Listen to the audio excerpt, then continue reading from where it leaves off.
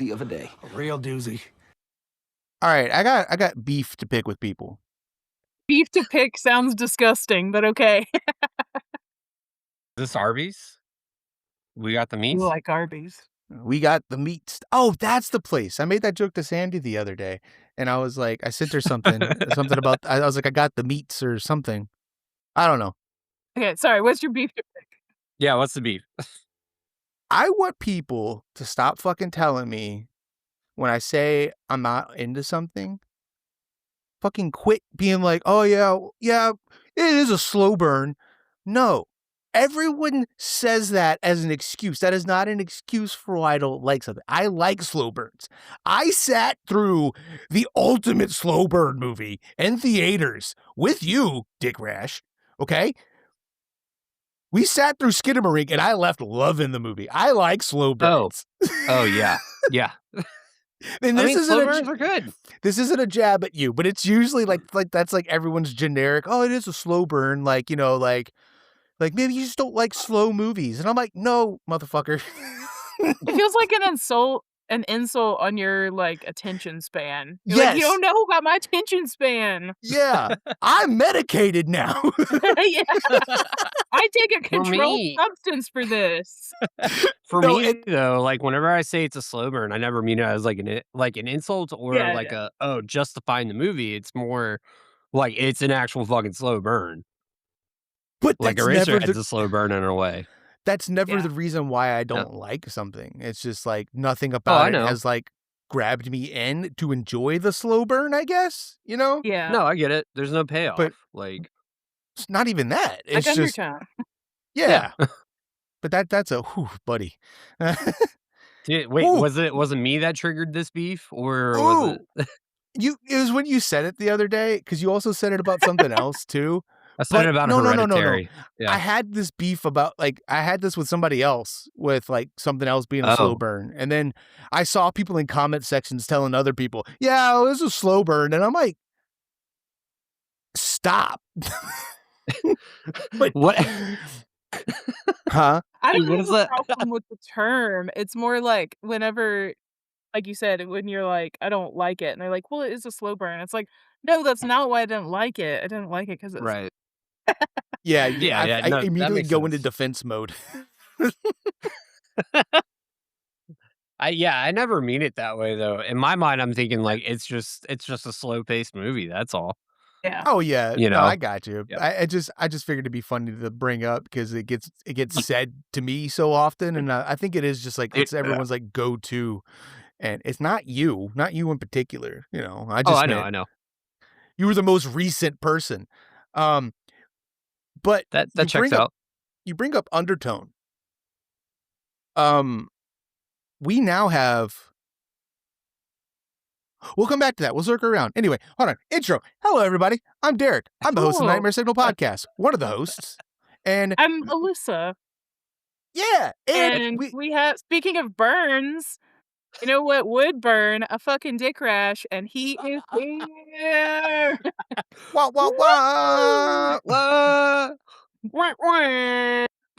Hi everybody, it's Dick Rash again He has returned. with a vengeance. Yes. Welcome back, man. So today we are finally going to talk about obsession, but I'm gonna make you wait again. I'm gonna make everyone wait because I got things to say. First off, we got a comment on Spotify Oh shit. from Aaron Dunn, and I think that is your work buddy, right, Dick Rash? Yeah, Okay. that is. He's- Shout out to Aaron. He says, awesome podcast and episode. Intro was legendary. And this was on the episode that dropped Friday, the last one, the Dick Rash Cicada Survivor. Appreciate that, man. That means a lot. I really thank you for checking it out. Hell yeah. Go Aaron. That's my boy. Aaron! I thought Alyssa was gonna say something too, and I was like, she's just like, I don't know why. yeah. I just kind of froze. Thank you, Aaron. I think we all just paused for a minute. Please keep coming back. Listen. He I really think enjoyed it, yeah. I think so because we went up a follower, which was cool, and I'm like, "Hell yeah, look, we're slowly growing." But yes, that was the other thing I wanted to get to. Then you brought up Undertone, and it made me think of something. At the end of the year, Alyssa, now also, fans of the show, Dick Rash, anyone else who's listening, you could also chime in and send us your lists if you want. But what we tried to do last year was our favorite horror films of the year. Oh, yeah. Mhm. Now, this year, since this will be like the actual first time where it's a full year of new releases, I think we could do like our favorite movies we watched of the year of horror, but also our top movies that came out for 2026. And then we could throw in what was the worst fucking movie we saw this year. We've got two. We've got two so far that made us really mad. We've got Undertone. And then we got motherfucking Passenger. Oh, Let I still down. haven't seen it. I still need to see it, but I'm very curious to hear what you guys have to say. Turned to Matthew afterward, and I was like, "Dude, that sucked." There was a point in the movie towards the end, we were just watching it, and, like, I just, like, slowly turned and just looked at Curly, and I could see Curly try not to look at me, and then he, like, side-eyed me. That man started laughing so loud. He's like, "I Did you couldn't do the hold it." chuckle? Yes. Fuck. So, Passenger is one of the movies, Alyssa and I have been looking forward to since we watched Primate, okay? Because that trailer was fucking Did awesome. a great I'm job. like, "Dude, that is how a trailer should be. Fucking scary to the point, setting something up, and then, dude, I don't know what the fuck happened with this movie, but they dropped the fucking ball, dude, and we're Grab the going ball. straight spoilers here, by the way. So, I think Spotify auto-generates chapters, so if you wanna skip ahead, you could just skip to the next chapter when we're not talking about this movie, but we're gonna spoil it. Um, Yeah. I mean, this movie technically, we could probably sorry. leave it open-ended if we wanted, but I Nah, mean, do not it. really, because Bring because chaos. because one of the Save 'cause people one of their the money. things kind of like one of the things I was gonna bring up, like, references the ending, oh, okay. um, or something that happens, but this movie was just like I don't know what happened during the writing, and I don't know who did the casting of this movie, but there's okay, so let's set this up, okay? Movie starts off pretty much how the trailer starts off. If you haven't watched the Yeah, trailer, it's two simple guys are on movie. the road driving. I thought it was a Coca-Cola commercial the first time I saw it. Because the guy's like, Yeah, "Drink and I drink," and remember it's about that. drinking. And he he gets his buddy to pull over. He's gotta take a piss, and for some reason, this is my first question. I'm like, "Why did he walk so far off the side of the road into the That is woods?" what I fucking said. Because don't let your friends dick rash if you don't want to. Yeah, but his Walk back would have away. even been there. I would have stepped out the car with my ass to the Yeah. car, whipped it out, pissed right there because there's not like you're, like, on a It's the public street. woods. Yeah. He probably just didn't wanna cut it on the Coke can inside the car. What are you talking about? Jesus. Fair, fair. He So, goes, like, a quarter mile into the woods. yes, Yeah, and then that's and true. then his friend you hear the horn honking, and then it just, like, goes on for a long time. He walks back up, the car's fucking wrecked, his friend's not there, blah, blah, blah. Again, this is all in the trailer. So, you know, his friend gets thrown out the window, and his friend's like, "Help me," and gets yanked off, and then fucking he starts driving really fast, and then it's basically the trailer where it's the jump scare, and then it cuts to Which got me. it it That it got really got Curly me. too. It got Curly too, and I looked at him, I'm like, "You knew that was gonna happen." Dude, I forgot it was gonna happen, and in the actual movie, it got me again. I feel like it There would was get like me too. Oh, there yeah. was there Yeah. was only 2 things in this movie that scared me, that made me jump. I can't one of them dealt with the actual, the actual entity, demon, whatever the fuck it was. The other one was stupid. It was when, like, she almost gets hit by a van. I think she's, like, standing there, and I think a van comes Oh, flying by. yeah, yeah, yeah. Yeah. But, then it cuts to these two Instagram influencer Coachella-looking motherfuckers selling their stuff to go live in their van for van life, okay? I'm gonna point out it's the dude's idea. His Yeah, girlfriend is just going along with it, so I don't it think he is. should be included in that, per se. What They what they okay, what are they selling? That's my question. Please tell me it's Like, fucking all their essential worldly oils. possessions, they sold everything, like, basically like, everything being that yeah. people. They had an estate sale and just said, "Fuck off, we're done." They I don't know, we kinda showed up at the end of it, everything was gone. Yeah, they're just Oh, like, "We sold our things." we need to Yeah. find out the lore. The Ba lore. basically, me making this joke is they're the classic when I complain about movies. They don't seem relatable at all. Yeah. They just look like they're straight out of a Gap magazine or Old Davy ad or something, like, I don't know, just both of them, I just wasn't vibing with either of them. And yeah, I know it was the guy's idea to go do this, but she was all in for it at first. But I get it later on in the movie, it's not for her. But I just right on the right there, I was like, "Oh, no. I don't think I'm liking where this is gonna go." It yeah, like, really quickly, at first, I was like, "Is this written by AI?" Because it kind of had, like, a weird, it did the thing where instead of showing you things, they explain it.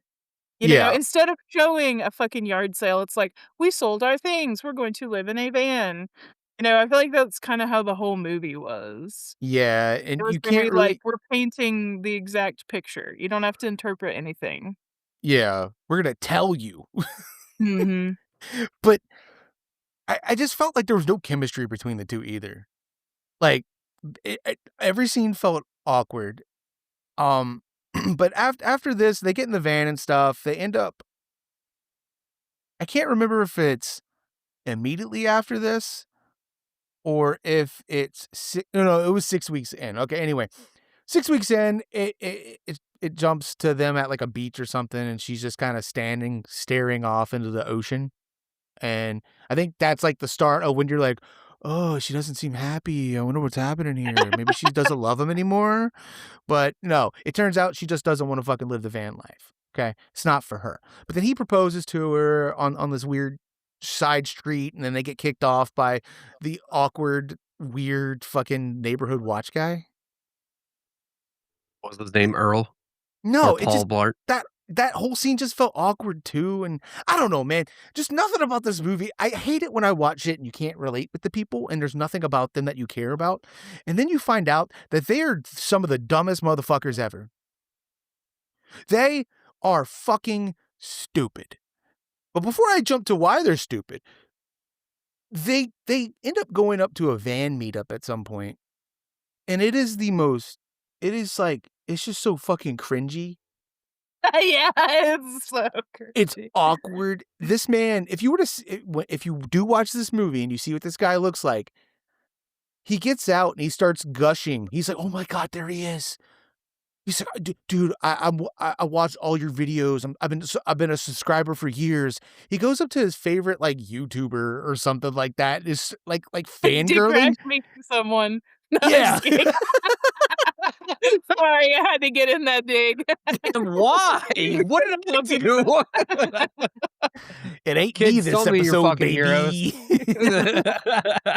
What did I walk Just paint into? the picture. Yeah. But Wow, it and was that that bad?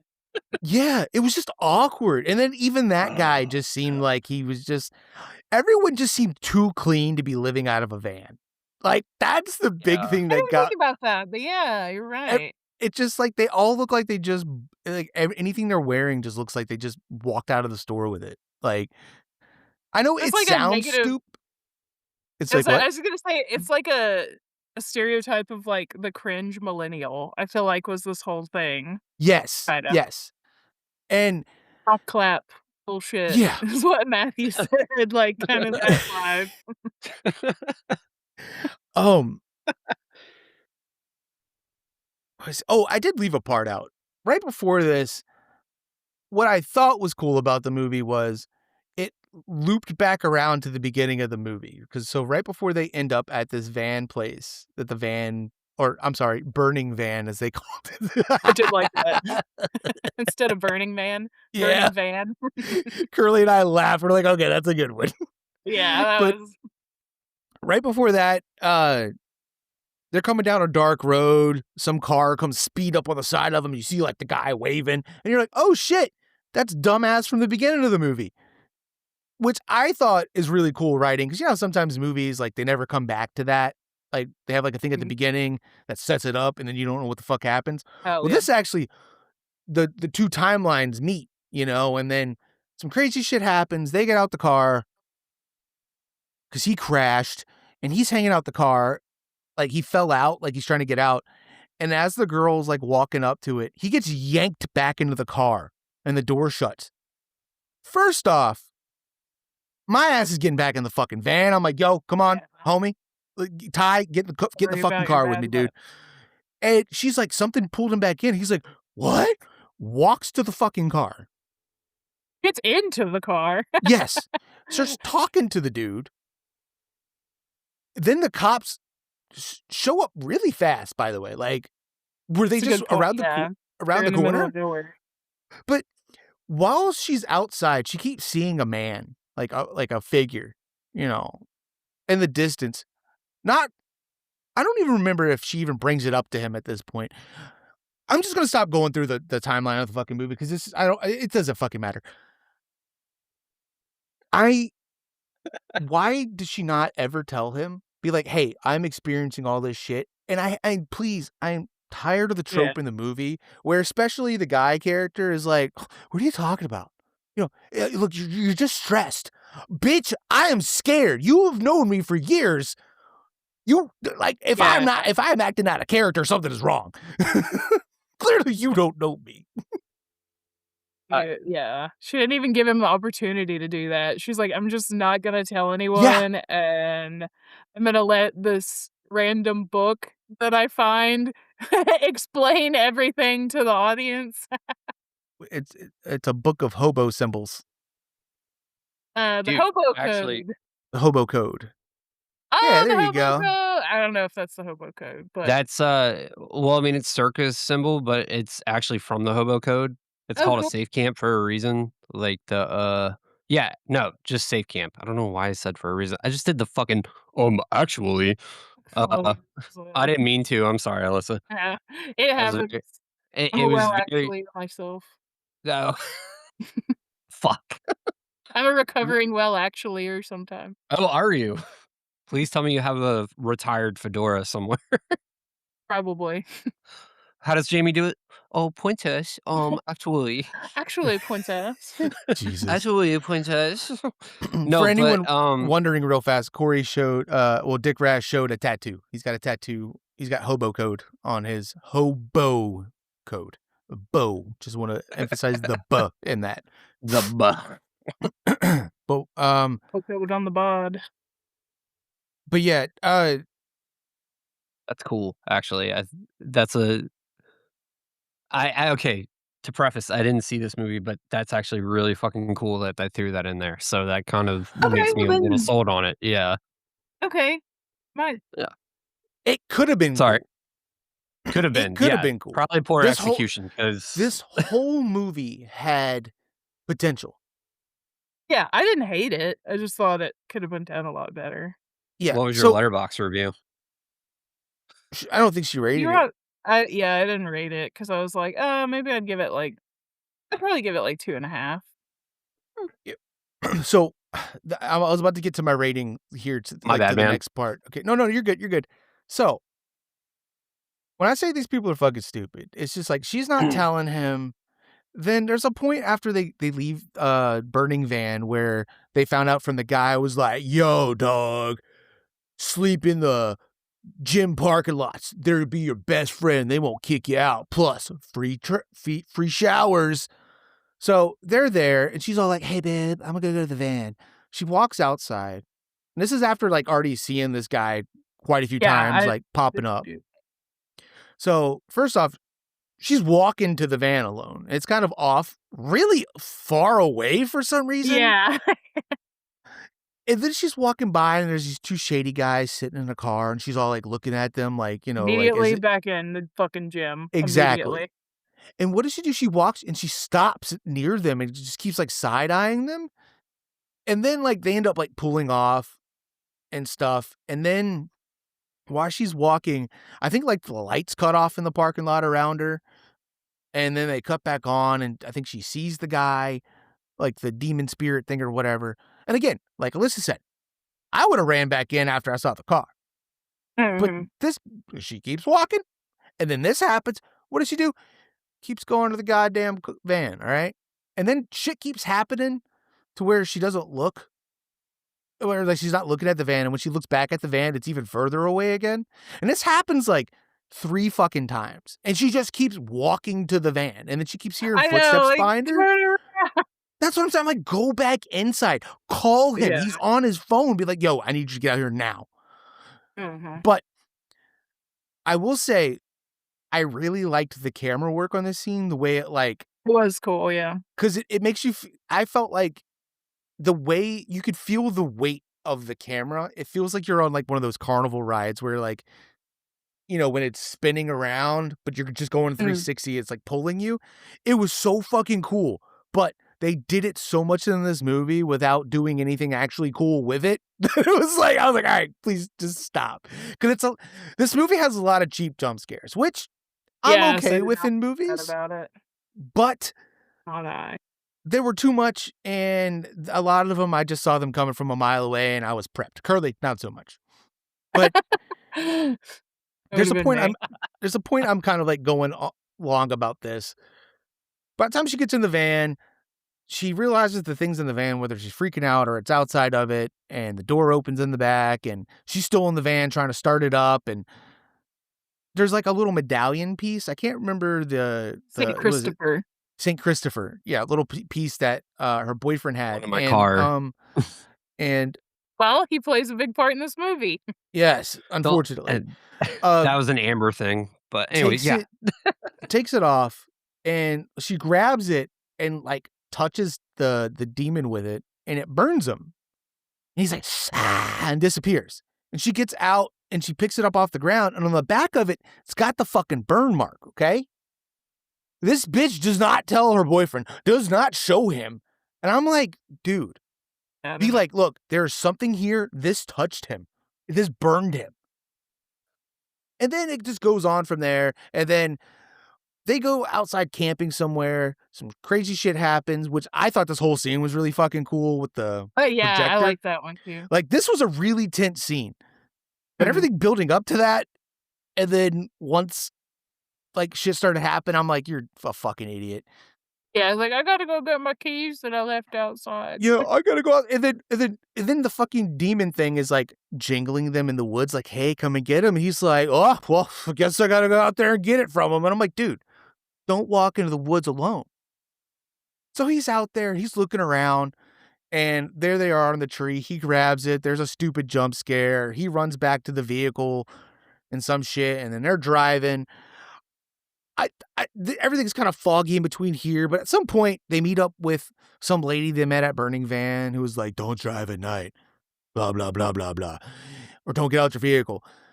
And their tire busts, okay? This man is taking off the bolts and just chucking them on the side of the van. And I'm like, dude, pocket. You are like, there's something fucking with y'all now, because he believes her at this point. Chucks these fucking bolts, and then when he goes to put them back on, where are they? Looks around under the bolt thingies, I think. Yeah, because the guy next to me was like, bolt thingies. This whole movie's just unbelievable. I'm sorry, but he looks under. He's like, oh, they're under the van, pretty much. I gotta crawl under there. No, dude, go inside, get a fucking broom or something, and fish them bitches out, dude. No, he gets under the van. Homegirl gets taken. Van crushes his leg. He pulls his leg out, and it rips the skin off of his leg. And then he's like running around for a good part of this movie. And then suddenly the lint comes back. Okay. Anyway, there's this really cool part where like the chick is in front of the demon thing, and he's like got her arm stretched out and stuff, and I was like, "Oh, yo, is this gonna be one of those things where it's like he's gonna fucking kill her, and then it's gonna be from his point of view?" No, it's just like he just puts her out, and she almost gets hit by him, and he stops, gets her, and some stupid Is shit that why you were happens. talking about the Akira thing? No, I just, Oh, okay. Because it just, is kinda one of those a little bit with that scene where it yeah, almost the gets way hit. he like, yeah, but I was bringing that up more so like how like Okay. one thing will like inspire so many Oh, I see. other things. Yeah. Oh, yeah, yeah. But for anyone wondering, we were talking about Akira and just how other movies like have influenced so many other things before we started recording. Um, but at this point, they decide, all right, we're gonna go find homegirl Diane or whatever. We got to get, or was this after that? I don't remember. Yeah, It doesn't fucking matter. after it was before, because then after they got the wheel fixed, they went and saw something that Dick Rash, you are gonna be shocked when you see this in the movie. I'm not gonna tell you what it is because it sounds Oh like maybe you'll like yeah, this movie because the hobo code and stuff. yeah, But, yeah, they do something, and I was like, "Am I really seeing this right now? This is fucking weird." But, yeah, sorry. To get back to you, after that, they go find Diane, who they think can help them get the demon away from them. yeah. And then she goes and fucks up her life. But these two go and fuck up her life. Man. And Yeah. then, um, yeah, and then they it was like, oh, the only way to escape, the only one person is like, survive him being attached because this demon attaches himself to people. Sorry, I forgot to put that part in there. Yeah, they do, like, a little the demon does a little, scratch. Yeah, Like a Yeah, which is it's stay like away. imprinting almost. Yeah. Yeah, it's the hobo code for stay away. It looks like the monster claw from the Oh monsters, but shit. sideways. But Yeah. so back to the tire thing. That motherfucker put the tire on so goddamn fast. Yeah. What the fuck took him so long to begin with? They would have been out of there. Anyway, so they go and Bad fuck up that writing. lady's life. And then suddenly the tone changes on the kind of movie this is, and they start playing licensed music all of a sudden. Like it's like a road adventure kind of thing. And I really hated that because I'm like, they haven't done that at all in this movie until the end. And Maybe then they were trying to, and it just didn't come across. I guess maybe, but it Was just my felt out of thought then. place. But then we get towards the end of the movie where they're like, well, how do we find this church? It's in the middle of nowhere. We got to follow the signs. And then they look up, it's a literal sign on a Hobo sign. code.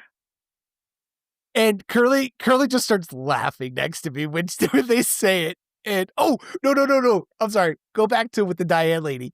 She's like, after she tells them, is like, don't get the fucking car, like, don't get out of the car, don't drive at night. She's like, look, I'll help you. I'm like, I'll bitch, drive you here at night. yeah, I'll drive you there at night. And then she's like, she pulls up to, she goes, let's ride. No. Yeah, that's Oh so funny. no. No. That's what I was like, I feel like AI wrote this. That And kind then of reminds me of holy fuck. remind you of what? It reminds me of The Return. Let's rock. Oh, yeah. Yeah. Um, Twin Peaks thing, you wouldn't understand. gotcha. I'm sorry. I'll get there, people. I'll get there, Just not as okay? cool as us, I guess. Can't sit with us. You don't even go here. Go in here. Uh, Congratulations, by the way, on finally viewing the Thank you. masterpiece that is me. My wife it has been trying for a while. Oh, yeah. It sounds like we're having a baby. She's been trying for a while to get me to watch that film. Mean Girls Uh, me. did you it's see my good review for movie. Send Help? Yeah. God. It's like, Regina. Um, Regina, why? so they start driving through the desert and stuff, and they're following these codes on where to go. They're like, oh, look, right there. Oh, we gotta go this way. And then they get to this part where there's a car in the middle of a road. Not even a road, but keep in mind, it's a car in the middle. There's nothing on the left or right. They're already driving in a field. It's not that they can't get off a path, but she's like, what are we gonna do? He's like, I'll get out. You follow me. For whatever reason, he gets out of the Yeah, like fucking no car reason. and walks the fucking van around. And then gets to like an open field thing, and there's like a bunch of dead bodies there, and he's like, "No, this is him. This isn't real. He's just God. messing with us." And then they're driving over it, crushing all these dead bodies. Then they get inside the church, and then before they get inside the church, he throws motherfucker who has a hurt leg but doesn't have a hurt leg, then has a hurt leg again, out the Yeah. van. And then he's trying to what does he do? I think he like I don't know. Somehow she ends up out of the van. I don't remember. He's like, "Go on without me. Yeah, yeah. Oh, no. Go. Save And yourself." here comes the other AI sounding part. She gets to the place and realizes that like the grounds are burning him. She goes, "Holy grounds." And because they're on the grounds of a church and it's affecting the demon guy. And so, long story short, she gets him in there. She fucking impales his ass. Now, okay, look, as she's impaling him on St. Christopher, the statue of him, I get a good look at his face. Now, keep in mind, this whole movie, I was watching it, and I'm like, this dude, fucking Iggy Pop looking motherfucker. And then, like, you get a good look at him, and I'm like, yo, Iggy Pop. You know, and I realized it's the end of the movie. So I open up Letterboxd, and I'm like, R.I.P. Iggy Pop, and that was my review, okay? And then you know, some other really fucking dumb shit happens. Homeboy shows back up. He's like, "Hey, Bob Ross." Or she's like, "Hey, Bob Ross." There's a little Bob Ross thing that happens earlier in the movie. Like, dude, I left out so much because I'm just trying to get to the end of it, but it's just, this movie's just fucking stupid. It's like they're trying to do something, but they can't. They're like, "Hey, we're going to make this about religion somehow, but not really." And Yeah, it felt like a it's, straight to DVD type of thing. it's fucking stupid. I heard someone say this was like watching a Tubi movie. No offense to Tubi, but this was a Tubi Yeah. movie. Yeah, And, yeah. I said it was like a Netflix movie. the reason why I bring up the Oop. Iggy Pop thing and why I said I reviewed it before I posted it, because then it cuts to credits and The Passenger starts playing, which is an Iggy Pop song. I'm not too sure if he covers it or if that is his song, but it's a cover of his version. And I'm like, they dropped the ball with this too. You got a character who looks like Iggy Pop. You got a movie called Passenger, and then you're not even going to play Iggy Pop's version of Passenger in the movie. But I lost it when I heard the song. I was like, that's so funny. But to get to my review of the movie, I gave this movie a 1.5, I think. Keep in mind, at the beginning of the movie, and we started getting a good ways through, I gave it a 3. Okay? And then as the movie went on and I realized these are some of the dumbest motherfuckers ever, I was like, all right, you're getting, well, it was a slow burn to 2.5. And then dumb motherfuckers, I'm like, all right, it's a 2. It's a 2. And then it just slowly went downhill. I'm like, 1.5. I can't. Maybe I'll come around. I'm like, you know what? A 2 once I hear I was Alyssa's surprised opinion. when I saw you put 1.5. I was like, I mean, it wasn't good, but I was surprised. I'm still It was learning just, your preferences, I think. good Sometimes luck. I'm like, I don't know. Good luck. I don't know if you'll like, how you're really gonna like Cronin's The Mummy. I like parts of it. Yeah. It's just, it's when you have bad actors, it just throws me off. And it's like, I can't get past it, you know? The other reason, I know why I gave it a 1.5, because I was being salty about Obsession. I'm like, Yeah. not a soul made a sound during this movie. Except for me and Curly, because we kept laughing. Oh, man. Curly and I were the loudest ones in there. We weren't even being that loud, but like we were audibly laughing at dumb shit. Also, I guess a telltale sign that this movie was not good. 2 people fell asleep at the end of the row that Curly and I were sitting on. When I say they were asleep, they were fucking out. Like I even I debated on waking them up. I'm like, you know what? I'm gonna be nice. And I walked up and I'm like, hey, excuse me. And the guy just kind of goes, kind of comes out of his sleep. His eyes open, sees the credits, and just goes back to sleep. And I guess he's like, I got time. And so I'm like, and I'm kind of like lightly like tapping the lady's arm. I'm like, excuse me. Neither of these two were budging. So I'm like, oh, well, I tried. We get out there, tell the manager. And he's like, oh, thanks for telling me, because we probably would. He's like, I probably wouldn't have seen him. But wake up at like 4 in the morning and are locked in the movie theater. Yep. That'd be kind of cool, though. That would be. But yeah. So that was my disappointment, and then some of the reviews were funny, where that just people saying, "Hey," where it's like watching this after Obsession makes me realize that I'm judging horror movies even harder now. And Yeah, somebody else was like, "Watching this after Obsession is the equivalent to brushing your teeth and then drinking orange juice." And I'm like, absolutely. "Yeah, yeah, that is how this felt." Because like, Obsession is a fucking game changer, but, Nice. Alyssa, you could talk about Passenger because I kinda yapped that whole time, I'm sorry. Oh, no, I mean, I think you covered everything. I feel like, um, yeah, it just wasn't I feel like it wasn't done very well. It was fine though, like, I wasn't, like, missed watching it, like, it wasn't that bad, but yeah, just there were so many things that could have been tightened up a little bit and made it so much better. Yeah. I didn't really have a problem with the actors. I didn't notice that. I don't know. To me, they just didn't seem relatable. That's like maybe one day I have to make like just like a checklist for myself, just I wanna see your checklist too. because like I don't know. I'm trying to think now of like movies that most people don't like, and then what I like about them. But I mean, here we go, Skinamarink again. I mean, I like the creativity in that movie and like you know, I don't know. I'm trying to think of movies where the acting's bad, but I still enjoy it. I don't know. As long as a movie feels creative, I'm like whatever.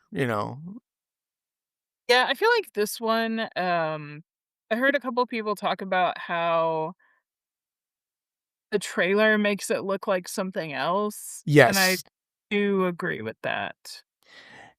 And that's another big complaint of mine. Corey knows this firsthand because he also had the same experience when we went and saw The Green Knight. The Green Knight was the downhill, the decline of A24 for me. Like I was already kind of burned by The Witch. I was like, whatever.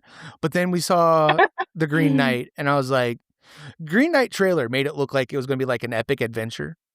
Oh, You know? So Yeah. that's what we went in just vibing in a good mood, expecting that kind of a movie. No, this movie was just like a fucking slog. And if you want to call it a slow burn, it was a slow burn to just like it just fizzled. It just burned. Like it just this movie was not what it showed. It was so long. Beautifully shot. But by the end of it, I Googled the end of the movie because I'm like, I can't, I'm checked out. Like oh, but wow. they wanted to stay because they were like, "We paid for this," or is it me who said that? I don't know. We finished it, I was and You it said was a it because disappointment. I was like, Okay, "Dude, we can just fucking go," and you were that's like, right. "Nah, we're here." And I saw him looking at the Wikipedia page the whole time, and I'm like, "This motherfucker." I'm like, I'm already embarrassed enough that I'm like, "Let's go see this movie." I'm like, "This is twice now." But what's funny is, do we have a tally of, like, which movies are bad and which ones, like I think The Green Knight was mine, and then it turned into was it Predators? The Predators, oh Predator? my god, Predators. Oh, Yeah, like yeah. y'all's track Yeah, record of who chose the shitty movie. yeah, it's kind of funny because like, it just I think that just became a thing out of nowhere after The Yeah, Green Knight. I'm trying to think. There was one movie we left. I'm like, all right, this one's on me. What was that one? It was that one because 'cause Predators? you're like yeah, you were like, "I'm fucking pissed." Well, no, that was more. I just felt like it was it That was was a an bad insult. movie. It was an insult to like one of my favorite franchises and characters, Yeah, and also just like an insult to same. my intelligence, I feel like, because it was me and Corey just eye rolling the whole movie, and then you got like this family of fucking like jabronis at the bottom, just like Oh, yeah. laughing at the most like insensitive shit ever. Oh, man. Yeah, I do have a question for both of you because you guys are way more, like, film buffs than I am. I think Alyssa is, like, probably, like, top tier film buff for sure. Oh my But god, thank you. and, like, that's not even, like, blowing smoke up your ass, but I mean that, like, you watch anything and everything. I just both of you guys are very, like, well-versed in, like, people and characters and stuff like that. Do you feel like there has been a, like, decline in Hollywood over the last, like, 10 plus years? Because I do. I feel like cinema is just kind of gone down, like, big time. That is a okay, You so could say bad opinion if you want. no, I'm it's okay it's with not a that. bad opinion. It's something that gets thrown around a lot, and I see a lot of people in comment sections who are just like, "There's no original movies anymore." And I'm like, "I've seen a fuck ton of original movies, and people just shit on them without even watching them. They just Yeah. take other people's words for it." The other thing is I wouldn't say it's a decline in Hollywood, it's streaming services because everyone bought up so many scripts. Everything goes straight to streaming services. A lot of people don't have every single streaming service. There's not enough time to watch everything. And the amount of content that gets released, shit gets buried. And it's like, it's hard to keep up with everything rather than back in the day. It was like, throughout the year, you kind of had an idea of what was coming out, you know? Mm. They're like a set amount of movies, you'd probably get surprised by something, but now it's not even every year. It's like you've got like 10 movies every 2 weeks, I feel like. Every couple of weeks there's like just so much shit. And Yeah. on the streaming service side, a lot you'll get your gems of movies, and then you'll have your ones where you're like, "Man, this is just right there." But then you'll have your ones where everything just feels like it was pushed out, rushed out, rushed out, rushed out. Like Yeah. nothing thought into it. That's kinda And how Passenger felt to me, yeah. like, which could've Yeah. worked out a little bit more. I so, I'm not much of an action movie type of guy at all. I just can't get behind it for some reason. It's kind of like have I Derek, have I told you the story about James Bond when I was, like, 7? No. So, like, at 7 years old, I became very aware of, like, James Bond to me is just cool gadgets, saves the world, gets the girl, has sex with her, and then it's just on to the next mission, and to me, that just seems so fucking boring. It's like, In my yo head, I'm like, "That's so cool!" yeah, like, it's I'm like, "That's cool. what life is about!" Yeah, like, but at 7 fucking years old, like, to be that aware Yeah, yeah, of, like, yeah, there's for way sure. more to it, Right. you know? And, like, it was Pierce Brosnan's, fucking 007, and I enjoyed those movies, but, like, at that age, just being like, I just don't see the point in this, like, I'm just not interested."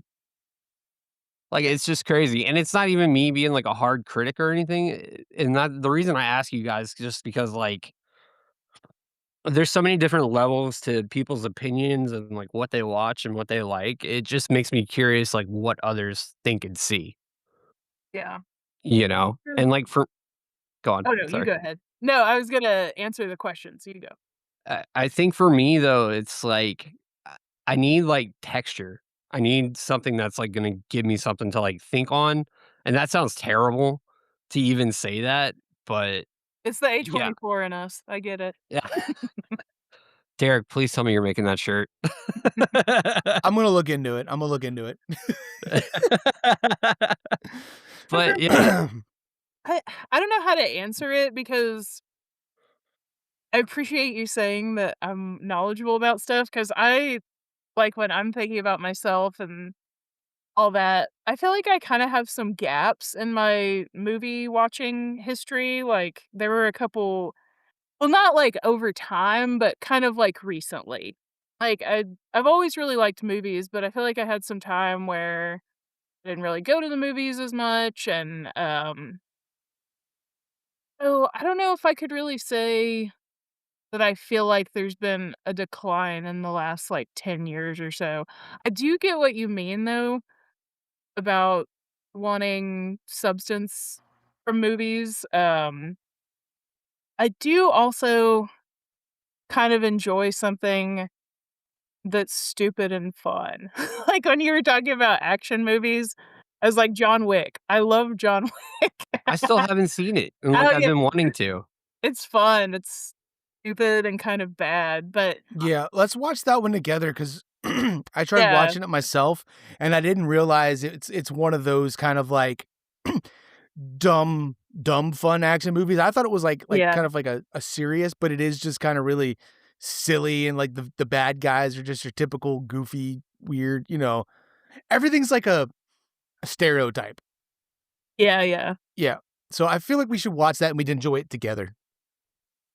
And I feel like there aren't even as many, like, good, dumb, fun movies anymore, you know? Yeah, So I do see what you're saying, like, we haven't got something like, we've talked about Superbad on here, or just, like, shit like that. I feel like we don't Mhm. really get that anymore, so And, like, I and I will definitely s see where you're coming from yeah. thinking that.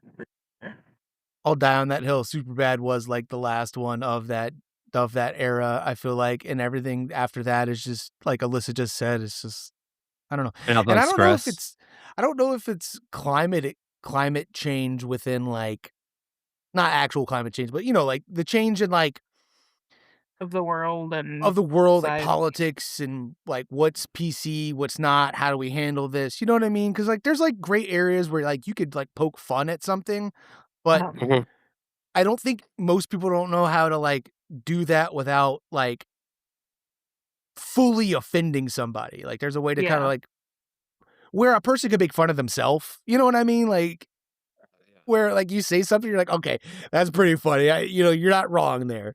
But I think that just that's gotten lost, and people just Well, Scary Movie 6, it'll be interesting to see if that can kind of revitalize that Fucking a little bit. backlash that is awaiting it. Yeah. yeah. I don't I know. just I feel like we're in an era where we're about to, like I feel like things are coming around, like, might start adjusting soon, Mhm. media-wise.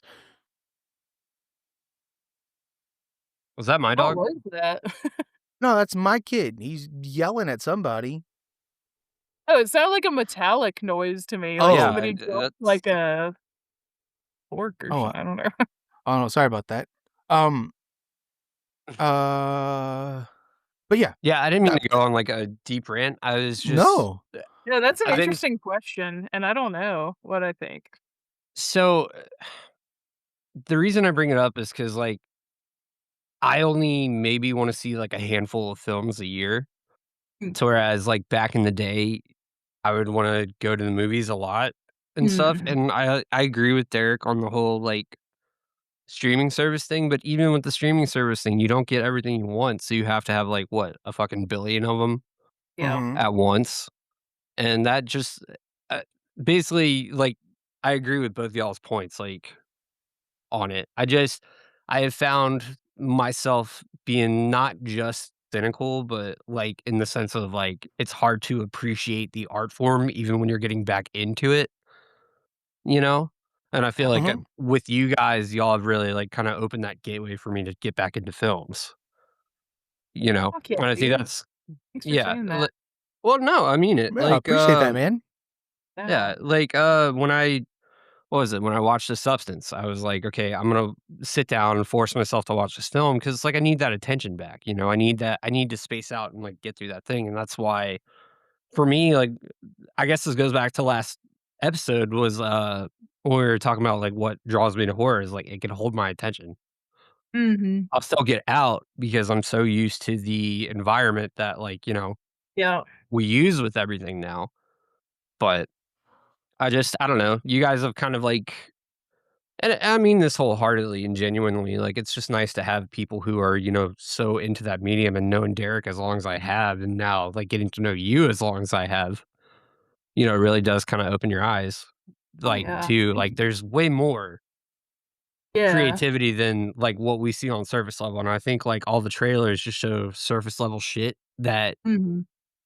it's like, okay, I've already seen the same, like, 60 action movies. I've already seen the same, like, 60, like, crime Yeah. documentaries and shit like that, but it's like there's so many levels to each one, but nobody comes up with an idea that makes you feel like, "Okay, well, they got everything I love." I mean, Twin Peaks does, but we don't gotta talk about that right now. We will later.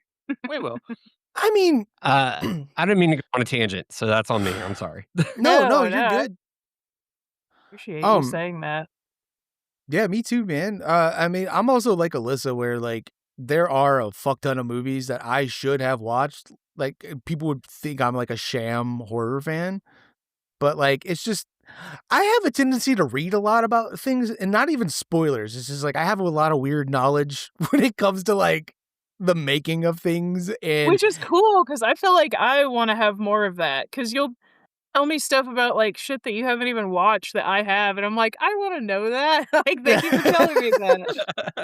I I Hey, just like the creative, like, I don't know, I just like the creative process of a lot of it, and that's an unfortunate thing for me when watching movies, and I think that's probably why you can't pin down what I will like and what I won't like about Mm. movies, because I try to watch them from the perspective that you guys do, and if a movie isn't like, getting my brain there, it starts, like, tinkering of, like, "Okay, how do they do this? Well, what's that?" You know, and, um I don't know. I'm trying to think of other movies. Like for a while there, like I know you're not a Marvel fan, Alyssa, but um, Marvel there's a good bitch. chunk of the Marvel movies where they like really like the writing's really well done and they kind of like make you feel like, for instance, a lot of the Spider-Man movies, like especially the last one that came out, getting to see like the original two Spider-Man from the live action come back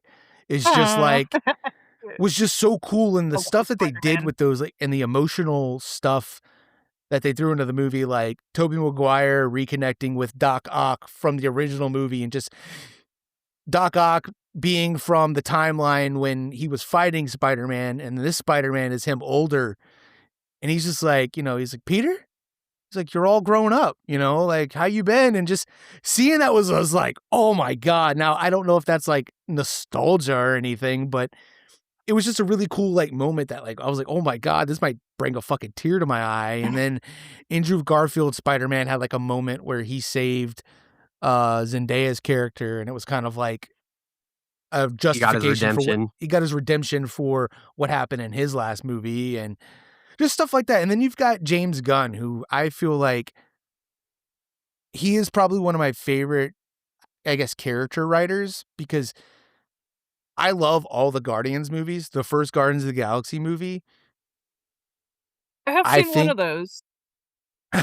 well, I thought those are my favorite characters from any of the MCU stuff, but the way the first movie is, something about that movie, just like, and the way he wrote those characters really fucking pulled me in, and it's just like you got this ragtag of people who are just loners, and they just find their family, and that's kind of like how I feel like my family is, like, are my friends, these people I've pulled from around the world and everywhere, and, y'all are my homies, I talk to y'all every day, So that really Mhm. resonated with me, and then James Gunn with the most recent Superman.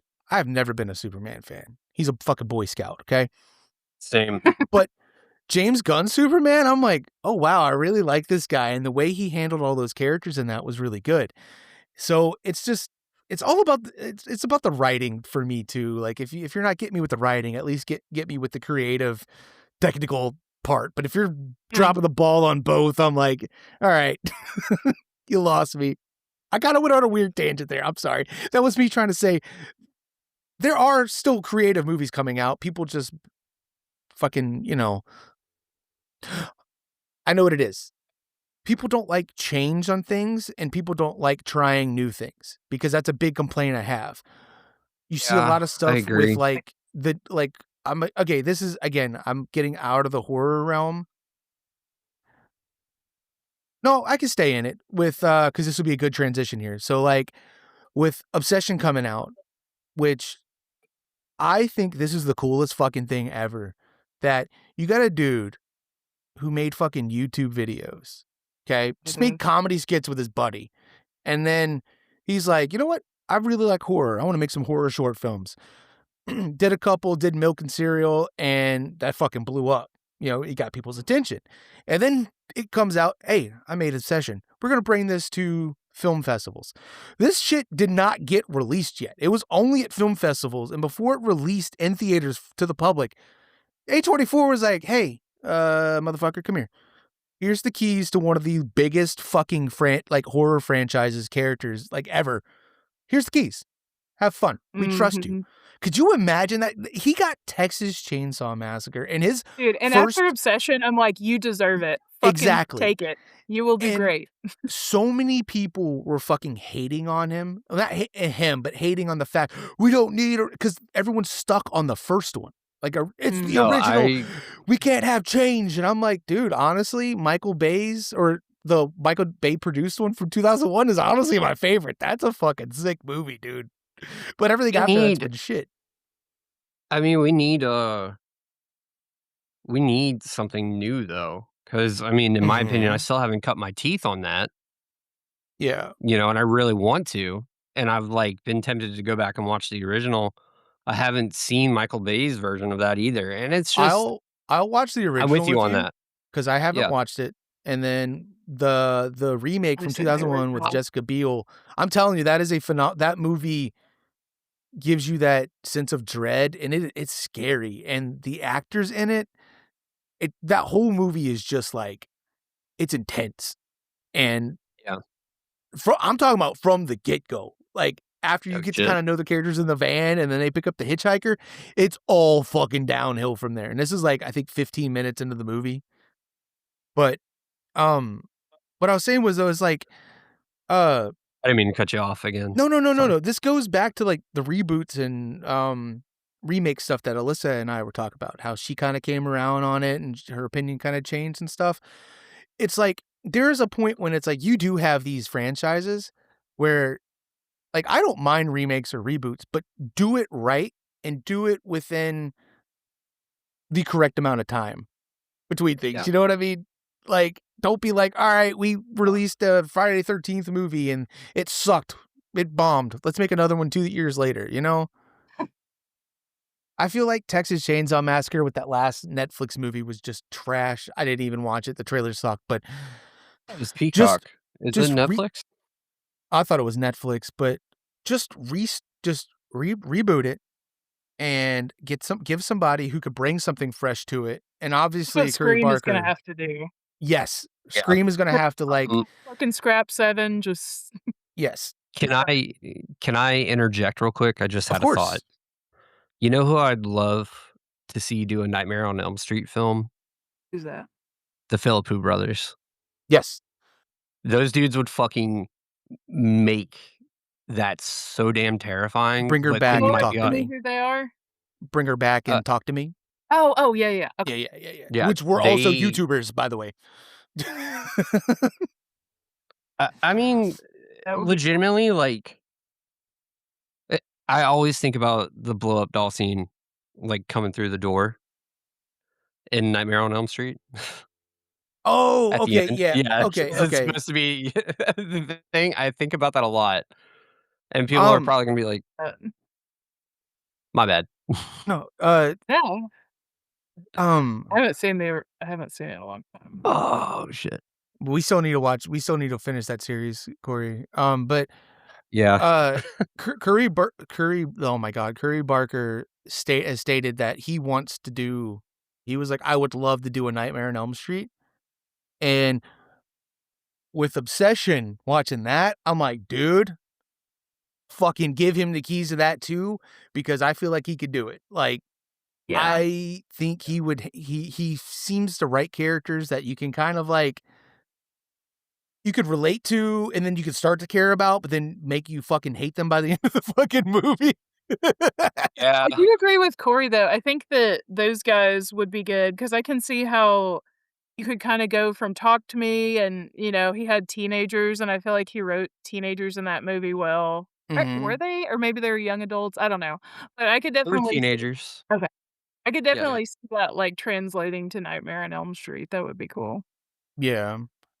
Because also with Bring Her Back too, I feel like, though, with Oh, also, yeah, like, there's with the teenagers in that sequences and too, yeah. shit, and, yeah, no, he wrote those really well. That's what I was impressed about those movies, but, uh, I don't wanna get too far off. I'm try to try to get My us bad. on the road to Obsession, but yeah, so, we're here now. We're here. I am going to let Alyssa take over.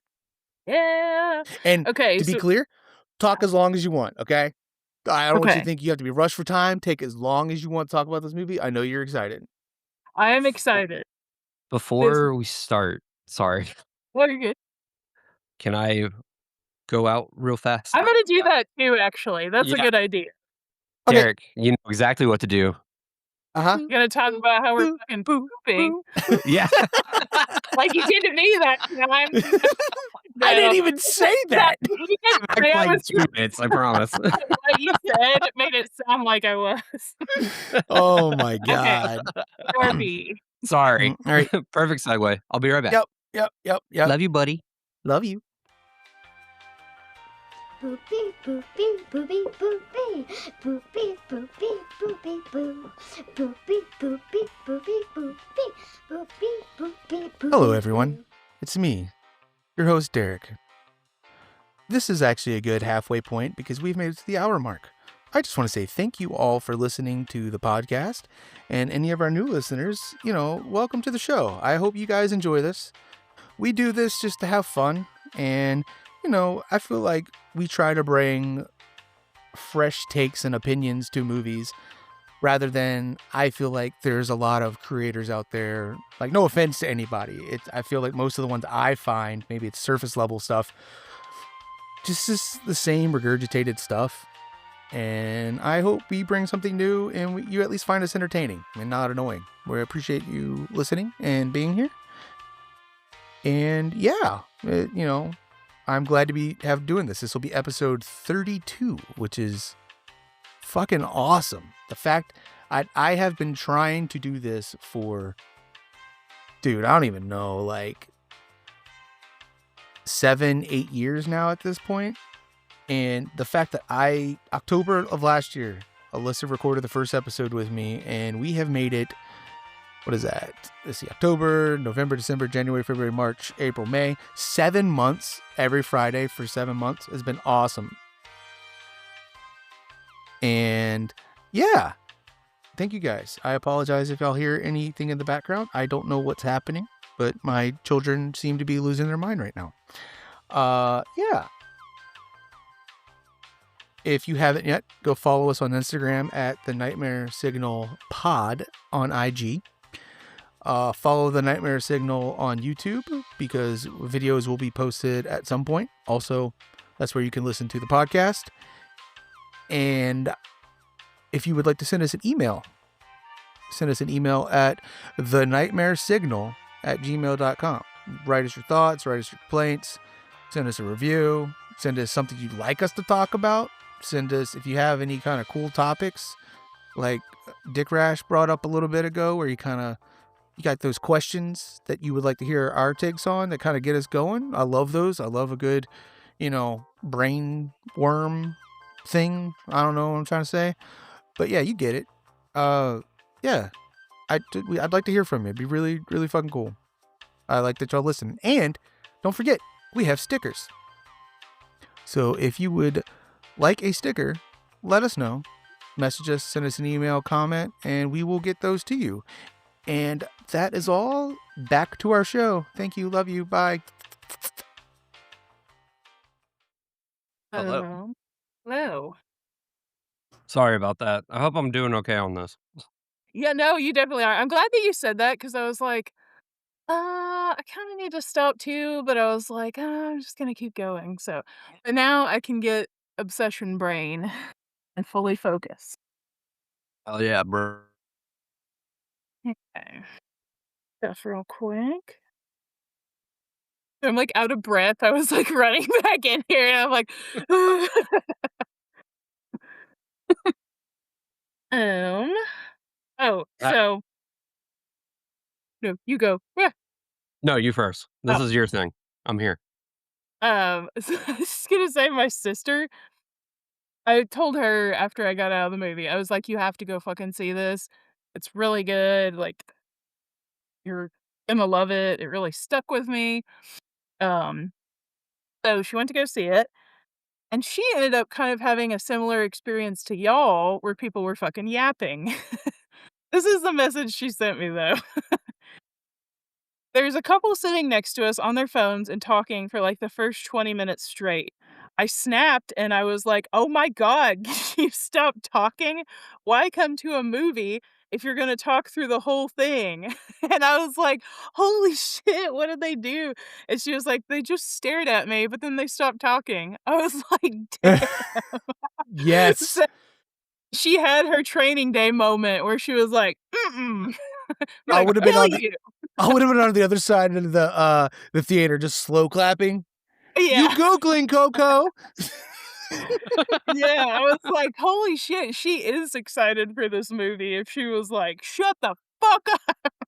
I wish I would have been like that, but I Not feel trying like to say y'all should have or whatever. I know oh like no, different no. circumstances and whatever, but yeah. Yeah, Yeah. You get definitely pushed to different that limit circumstances. sometimes.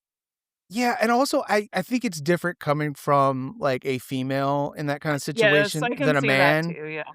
So Mhm. it's like I feel like if I did it, it'd start a fight, but also like I said, it was also two different groups of people. It was them and then people way at the bottom and they were just bouncing off of each other. And yeah. But that is awesome. Give her a high five and give her a hug. Be like, Yes. yo, that funeral home etiquette, baby. Get them in Yeah, check. for But sure. you start talking about the movie. I'm muting myself real fast. I have my headphones on. I can hear y'all. I have to go see what's going on out there. Okay. So you Oh, have the shit, reins, Alyssa. okay. Yep. Um, Hello. so hello. Dick Rash, I'm glad that you're joining us for this because I Hell felt, yeah. we were talking about, or we mentioned Undertone earlier, and that was like my least favorite movie of the year. And this one is the fucking exact opposite. I loved pretty much everything about it. So I'm super excited to talk about it. I'm excited Uh, to talk about it with you. With yeah, both y'all. yeah. Um, so originally I was like, well, I want to talk a little bit more about the movie and what happens. But I fucking love it so much that I'm like, I want everyone to see it. Like, I'm gonna put on my freaky Nikki hat and be like, "Why don't you Yeah. love me? You haven't seen it yet." So everybody needs to fucking see it.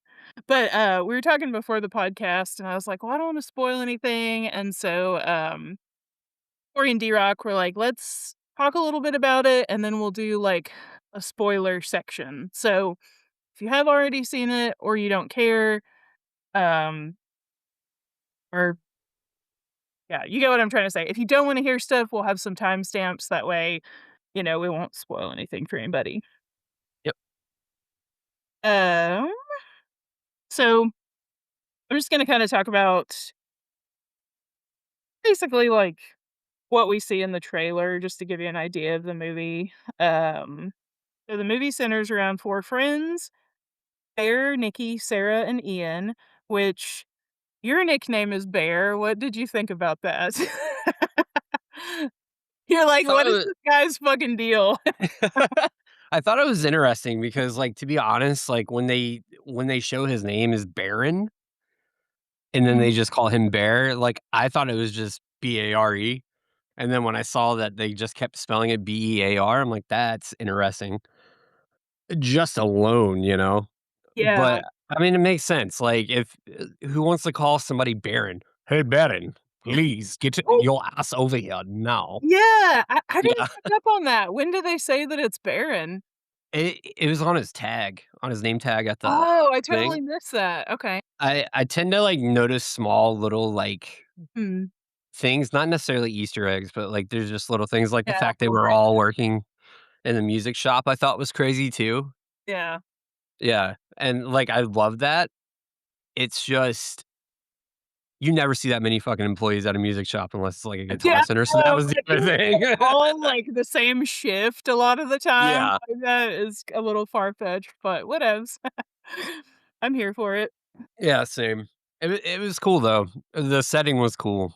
Yeah. Uh, I'm gonna I have so many thoughts. I'm just very curious about your take on this. I know we've kinda, like, semi talked about it outside Yeah. of the podcast, but actually, like, physically hearing your opinion on it is even more exciting for me, so I'm curious to see how you and Derek both, hold this to each other. I know Derek's still, like, kind of mad about the people. I'm still Yeah, kinda yeah. mad about people because it really does yeah. Yeah. It was not it was, Lady Dick Rash's first, like, time being like, "Okay, I'm gonna go with you guys with this," and she said that made it easier on her. Oh, yeah, 'cause it cut the tension. It cut the Yeah. tension for her, but for us, we're just like, "God damn it." Like, why? Dude, I haven't got a chance to make this yet, but Oh, no. I am gonna make Lady Dick Rash a fucking award of bravery because I feel like picking this as a horror movie to go to when you don't really go to them Oh my god, this movie scared the fucking shit out of me, and it was, like, tense the whole time, so I was thinking about, like, her going to see it, and I didn't really think about, like, the people fucking around, like, not making it she probably Yeah. couldn't get, like, as absorbed in it, but Mhm. still, I'm like, this is a fucking wild one to see if you don't Yeah. watch horror movies that much, like, oh I my mean god. I mean, like, she came to Scream 7 with us, but in Oh, her wow. mind, like, Scream's not really, like, a horror. Yeah, it's like Like, a it is, but it's not, but it's just, like, a satire of, satire, yeah, pretty much. yep. I mean, I love Scream. I know I talked about it last podcast, but, like, I was proud of her just because she's like, I'm gonna go see this." She enjoyed it, she had a good time. Oh, good. I thought the movie I have so many opinions, I'm trying to hold them back right now because I want you to, like, get your words out before I even, like, fucking go on a tangent again. Oh. Well, I'll just kinda talk about the synopsis, for those listening, D-Rock had to step out to do some kid stuff, so I'm just gonna kinda talk about our little synopsis of the movie, in case you don't know about it, which hopefully you've heard about it, because I feel like they've done a pretty good job marketing stuff, but, They really have. yeah. So we have these 4 friends. Bear has a crush on Nikki, but he is a fucking coward and he's afraid to tell her that.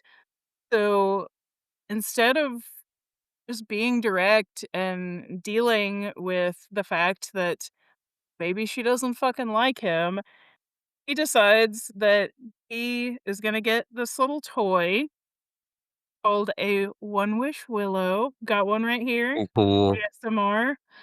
And he is gonna wish that Nikki Freeman loves him more than anyone in the entire world, and that backfires in the worst way possible. Um, so when I saw the trailer, I kind of took it at face value. I wasn't really thinking about the fact that the movie would have a deeper message. I just saw it as like, "Oh, this girl gets obsessed with a guy." And I was kinda thinking from the trailer, like, maybe she already has Yeah. some mental health issues, and that is why she's acting the way that she does, and yeah, it's not that. Um, so what's crazy is, like, you said the mental health issues thing. Somebody I went to high school with, she watched it, I think last week, it was on her story, she goes, "This has to do with people who" this movie has some, like, subtle, like, BPD type shit Oh, yeah. on Yeah, it. I can totally see that. I mean, Yeah. yeah, I thought that was gonna be, like, the whole thing. Like, I thought it was gonna be kind of like, shit, I can't think of it was It one of those, like, 80s movies where, like, a woman gets really obsessed with a man and, like, stalkery.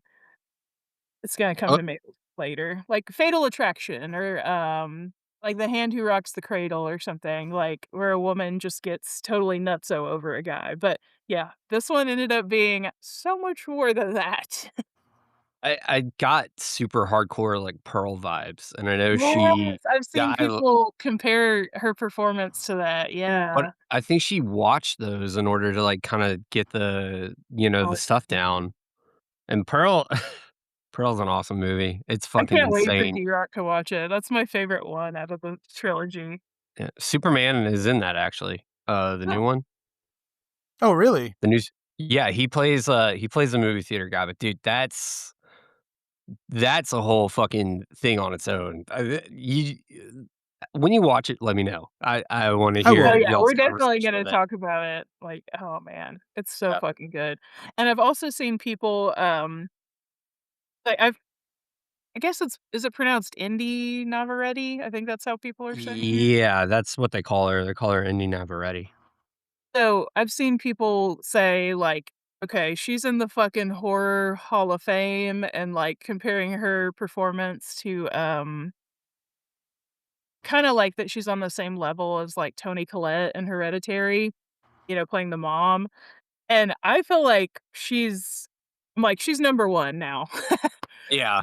And, I love Mia Goth too, like, her as Pearl. I'm like, I don't know, maybe she's, like, shares the number one with Pearl now. I don't know, but her performance was so phenomenal. I think Mia Goth took a lot of, like, trauma, uh, to, like, build her characters from Shia Yeah, LaBeouf since she was married to him. that makes sense for sure. And oh, but I oh no, you go ahead. No, no. I was with you. I don't know. Okay, okay. I was with you in the sense of, like, when I saw the trailer, I'm like, "Okay, maybe she was already, like, kind of there," and then, you realize it's not that. But, like, to Bear's, like, credit, and Curry Barker himself even said he didn't think Bear didn't think the One Wish Willow was gonna work. Yeah, 'Cause, I mean, what? It was only, like, $7? yeah, it's a The fucking fucking kid's toy. apothecary? Yeah, Yeah. it's just like some shit, by the register. Yeah. He was just yeah. I mean, he was just basically, like, trying to do a nice thing for the girl that he liked, and then it turned out to be, like, a whole fucking, like, list of shenanigans right Yeah. after. Shenanigans. The That's such a funny shenanigans. way to describe it. It's just like I the mean, most earth-shattering shit ever. yeah. It's just Um, shenanigans, you know big I mean, fucking deal. where y'all at right now with like what part of y'all talking about? Because I had to take my headphones off. I oh, had to no help problem. him with something, so I didn't get to hear y'all. The We the literally were just talking trailer. Yeah, we just talked about, how we thought that the trailer was maybe gonna kinda be her just being crazy and Oh, being okay, obsessed with him. okay. Like, I took it very, like, surface level, and I didn't Yeah, really think it was gonna be deeper than that, but yeah, I guess I'll just now that you're back, I'll talk about how it is way fucking deeper than that. yeah. Okay, yeah. Um I wasn't sure if you had because I had some kind of input with the whole like wish thing of like because Corey said he didn't think it was gonna work when he made the wish, so like Oh, uh-huh. yeah. But y'all Oh, didn't go go in for it. depth on anything like that yet. No, no, no. Okay, well I'll wait till we And get we there. haven't done, like, a Oh, I mean, you can go now because I was just gonna talk about, like, what I felt like the movie was about and kind of how I took it, and then, um, I told the listeners that we would do a spoiler warning and put some timestamps in case they haven't seen it yet. Okay, okay, yeah, yeah. Cool, cool, So, cool. yeah. Well, you just go, and I'll chime in when I need to. Okay. So yeah, I took the trailer kinda, like, at face value, and I was excited about the movie, but I'm gonna be honest, I kinda looked at it as like, "Oh, it's a guy directing a movie about a girl that's crazy." I'm like, "How good is it gonna fucking be?" I'm like, "This Yeah, is kinda like a tale as old as time." But I was so fucking wrong because I feel like Curry Barker, he made such a good movie about, like, consent, free will.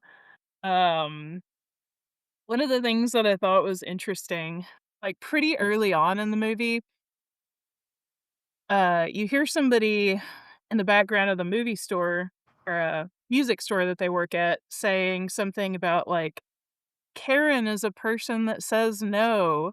And I feel like that just, like, fucking sets the tone for the movie because most of the guys in this movie, every time maybe not every time, the majority of the time that they're dealing with a woman, they're kind of, like, using them for their own gain, not really, like, thinking about them as a person. It's kinda like what I took when I watched it the second time, and I have some examples. Um, so the movie starts out with I guess we can put a spoiler warning here, start talking about actual movie stuff. Hello, Producer Bot here. If you don't want spoilers for the movie Obsession, please skip to the 2 hour, 44 minute, and 45 second mark. Have a good day.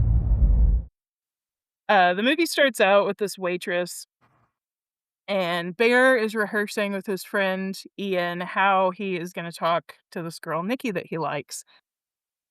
So he's telling somebody this whole thing, practicing his monologue, and at the end of it, I'm like, "Oh, I thought this was their friend." And then you find out it's a waitress, And then Ian's like, yeah, like you can go now. And he's just like kind of a dick. And I feel like that's like the first instance where it's just like, yeah, women are kind of here for us to do like our own shit with. Like, if- I just need you to serve me, which I feel like is kind of the overall thing with Bear. Like, he doesn't care how Nikki feels. He doesn't really care about her as a person. He just wants to, y'all are both like, "Oh, Oh, no, no, no, um, no. he's I just have like, "This is what I want from this woman, and even if she doesn't want that from me, I don't care. Like, this is what I want." Oh man, I have so many thoughts. You Um, actually kind of triggered a thought in my head about Ian as well, but go on, Oh, no, Derek. oh, oh, oh, yeah, I you was go, just gonna Derek. say, the part with the waitress was, I kind of, not kind of, but I noticed that too, because when they're like, okay, you can go now, I thought it was just a friend. They were like, okay, you can get Yeah, back to work. that Yeah. would And make then it sense, it was a wasn't. I was friend. like, oh, that was weird. And I mean, keep in mind, from my perspective, through a lot of this movie, like I've mentioned before, like it was hard for me to really pay attention and to like pick up on little things like that. So like I saw the whole movie, I see what was going on, but I feel like the more you talk about it, you'll like, I'll be like, okay, yeah, I see that, because um I guess I'll bring it up now about, because you're talking about like Bear and stuff, how like he just tried to use her, or for his own, talking about when he uses the One Wish Willow on Nikki. Mhm. My whole Yeah. thing was, I think he was a like decent person to start out with, and he had good intentions with that, not knowing that it wasn't going to work, and not really like thinking. It's one of those things, like how you make a wish, but that wish could really fuck everything else up. You know what I mean? Mhm. Like you have to like really word it specifically. And I feel like when it happened, he was concerned at first, but then it started to get into his head. He's like, oh wait, I could just, this is what I wanted. Maybe I could just deal with this. So it was kind of like a steady mental decline, not mental decline, but you get what I'm saying? Like where Yeah. villain territory, where it was Like like he the intentions were Oh, very good. And even like with like the joke that he makes in the movie at her, like oh, he, yeah. he was Freaky against Nikki. doing that, but then he gave in to like, well, Yeah, another my, person was like, "Yeah, yeah, you should do this so you can flirt with her." yeah. And he And was it's like, like, okay, she it's doesn't the like last. that. Why would you Yeah, do that? like a last so ditch effort, and he just, I don't know. I'm taking this from somebody who was also very like awkward with talking to like girls and women back in the day, like just like it was just hard for me to get words out. But honestly, while watching this movie, I'm like, dude, just say it. But that's me You didn't give him the now. opportunity though. Yeah. Like, he is such a pansy that he But won't. but I do understand the fear of the rejection, because I had those And same that's kind of why. things. Like I was like, I remember on a school bus on a field trip, there was like this girl that I really, really, really, really liked, I had a crush on. And one of the guys was like, one of my friends was just like, dude, she's probably just waiting for you to ask her. And when he said that, she turned around and looked at me and smiled. And I fucking froze. And I didn't, and I never did. And it was like, it's like one of those things. It was one of my biggest regrets ever for the longest time. But, but yeah, like as an adult now, I'm not I had a lot of self-esteem Yeah. issues when I was a kid. So, I mean, like, Yeah, that's where no, this no, could, no. this is That's where this, totally fair. yeah. And, like, also one quick thing before we move on, 'cause Corey, I know you have something you wanna say. I'm gonna be talking about, like, how men are behaving badly in this movie, and I understand that I'm talking to 2 straight men that are like, like, which is what the movie's about. So, like, I don't want y'all to take any of this personally because, like, I'm gonna connect it to what I think kind of like a broader theme was. Like, yes, this movie does deal with men and women, but also I kind of feel like it has a broader thing. So, just Yeah. want y'all to know, I don't think y'all are shitty people. So, But yes. Now you go, Corey. I just want to add to what she was saying real fast. No, no, Alyssa, I don't think like that at all. I don't want you to think like, yeah. and I get where, he's coming from with this movie. And that's another thing with, I think modern directors, we're getting people who have that kind of mentality where like they can write, they're willing to write, basically kind of open up. Like, I see this side of it. Maybe if Curry Barker doesn't like, engage with that kind of stuff, it's like, yeah, I've seen dudes do this exact thing, and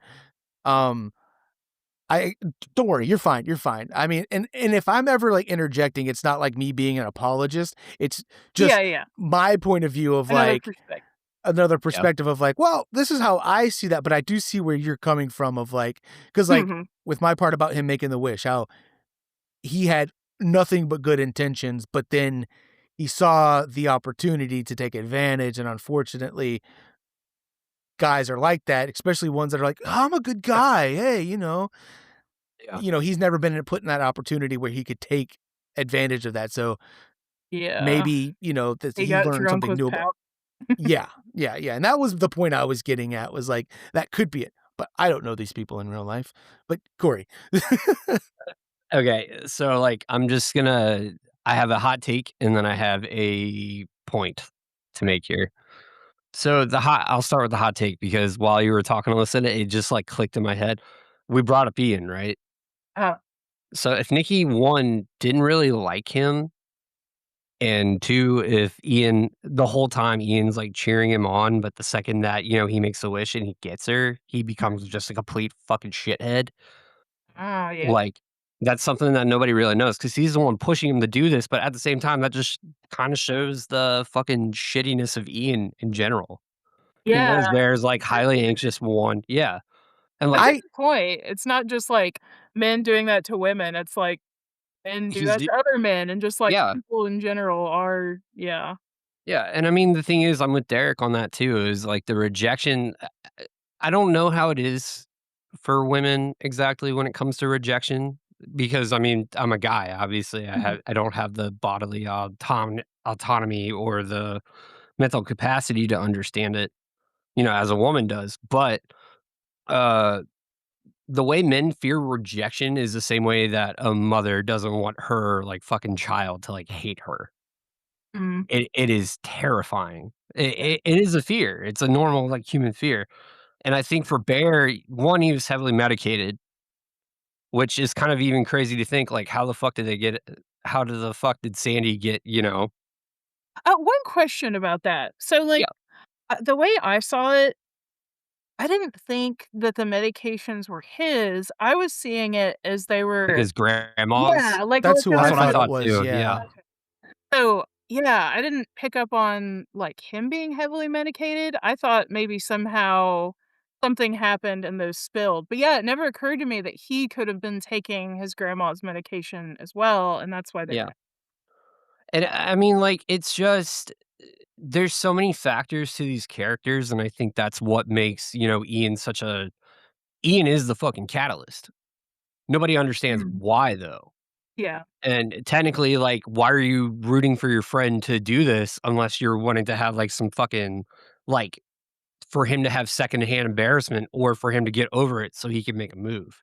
There's Yeah. so many different layers to, like, the ultimatums and the fucking, like, motives of Mhm. that character, and, like, honestly, I think the purest character out of everybody was Sarah, Yes, definitely. and Sarah yeah, but, my takeaway is, like, yeah, I'm with Derek on that. Bear definitely like, he had good intentions.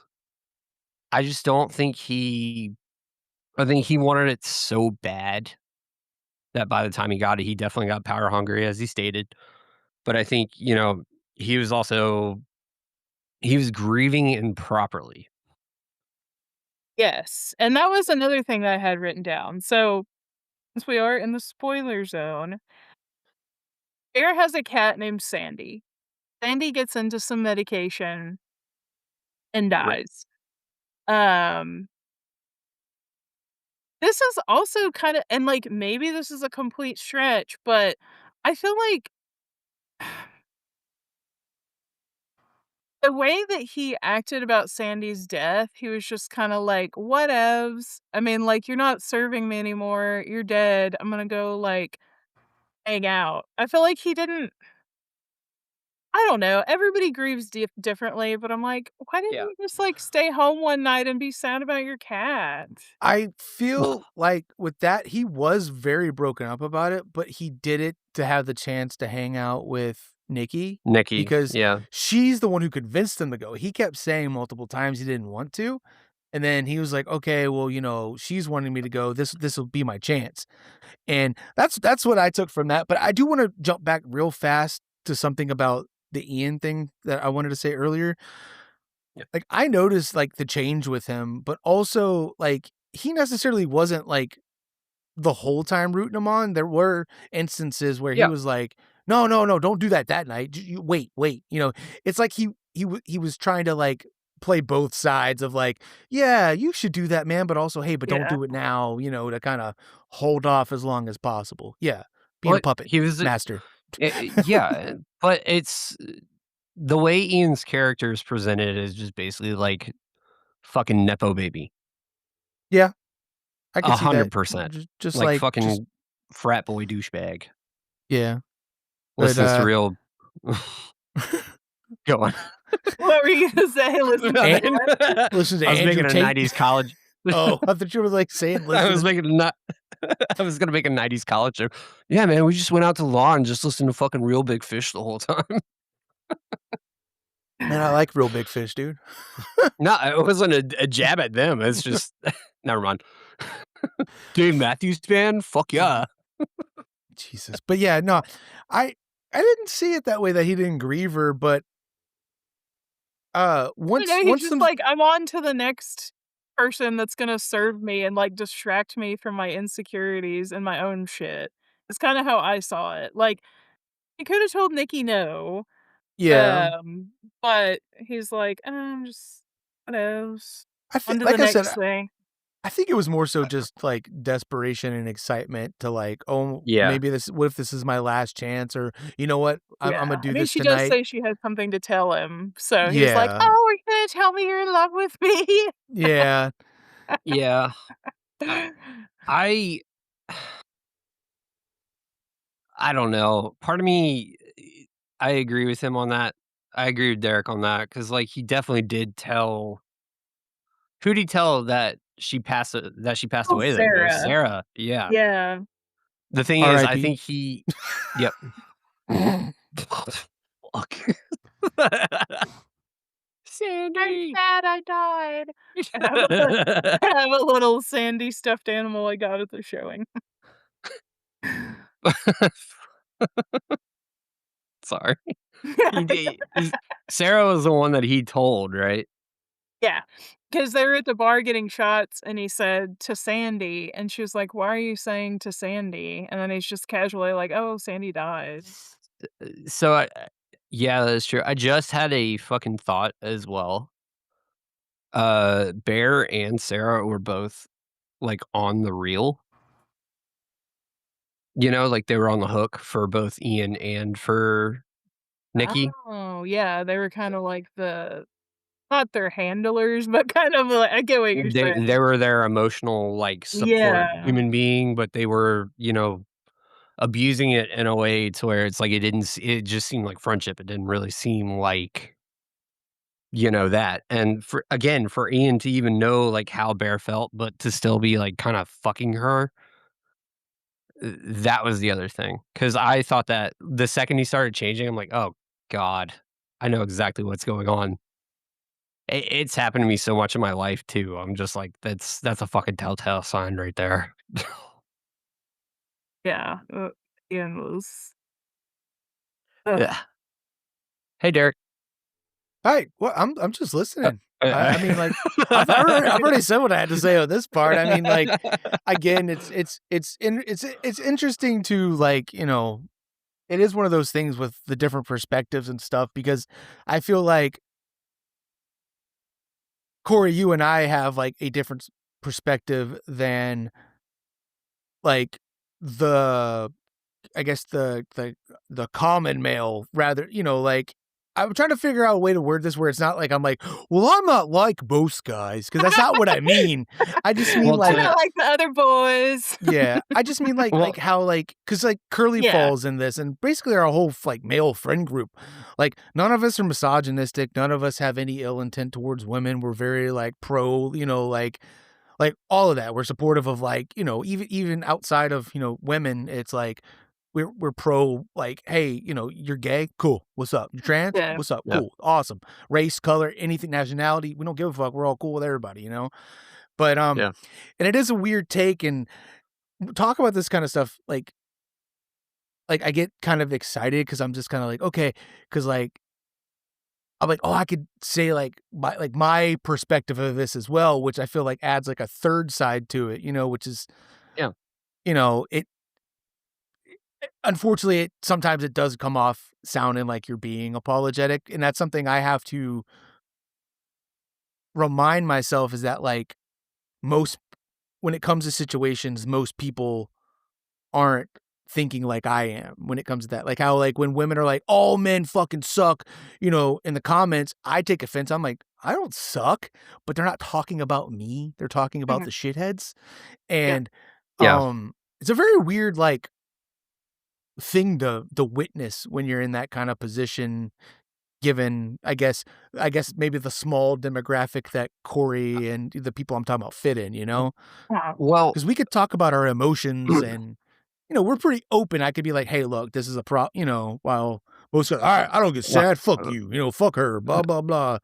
But then I I've mean- also known women who are a lot like those kind of men, like an ex of mine was big time like that, so it's like, it's just very, very weird, point of views and stuff. And, yeah, I don't know where I was going with this, but I just like this kind of conversation. This is cool. can You I? go ahead. Yeah. No, my bad. No, Can no. I, I was like- gonna say I know you have something you want to say. Well, I'm thinking about it because I don't want to like justify myself, and I feel like if I don't say this, I mean, dude, it took me a long time to get to where I'm at now. Mm-hmm. I mean, given the last episode that I was on and we talked about it, and I will call myself out on it. I mean, dude, I get no social cues, only knew how to be a conservative. I knew all this Mhm. shit, you know. I have done misogynistic things. Everybody So- has, even me. Yeah. I mean, like it's Have something you? I'm sure I have. I mean, like internalized misogyny, like viewing the world through, like Uh, just simple shit. Like if somebody says a doctor and you're like assuming it's a man, it might not be, but just Yeah. stuff like that. That's like kind of programmed into you. So Yeah, I get it. I mean, to be fair though, like not to be fair, but in a sense, like watching this film and then coming out of it, it's like I could be both Ian and I could be Bear Mm, because the duality between the two is like everybody was an opposite of the other, mm. and like it kind of plays on the whole like human psychology thing. But like I said, I mean, it's not like I'm trying to turn this into like some deep thing. I just feel like, Oh, I'm about to turn it into a very deep thing. oh, So fuck. feel free. It's just a understanding that I came away with, and that's what made me really enjoy it. It was like I see myself in everybody, in all these For sure. characters. I mean, I feel like that's kind of what I'm gonna tie it into. But yeah, even though it is a movie about like a man and a woman, it is about, I mean, like there are other characters, there's everybody, but like one of my takeaways is like everybody does horrific shit and you have to Yeah. just like be aware and make sure what you're doing is not like totally fucking another person. Yeah. It's difficult though, I think, at that time, and I think that's also Mhm. where like Bear's actions kind of get a little like black, not necessarily gray, but Yeah, yeah. because he doesn't want the blame on him. But I think the whole thing with the shopkeeper, Oh yeah. Mhm. he's like, "Well, isn't that great?" And he goes, "No, she's fucking obsessed with me." It's like that's kind of what you wanted, but at the That is same exactly what he asked for. Yeah. But I mean, like at the same fucking time, he probably didn't think anybody was gonna fucking believe him. The only reason So at yeah, I mean, there's there's so many fucking layers to this thing, and I think that's what makes it such a good movie. I agree. Yeah, Yeah. because with the shopkeeper thing, when he's freaking out and talking to him, it's kinda like you said, he's, like, dodging accountability. It's not like, "I Yeah. wish for this girl to love me more than anything else, and now it's bad." It's like, "No, she's doing this." It's like, "Well, what did you if it weren't for you making that wish, you wouldn't be in this position." Yeah. It's just kind of like a casual, like, "It's her," you know? Yeah.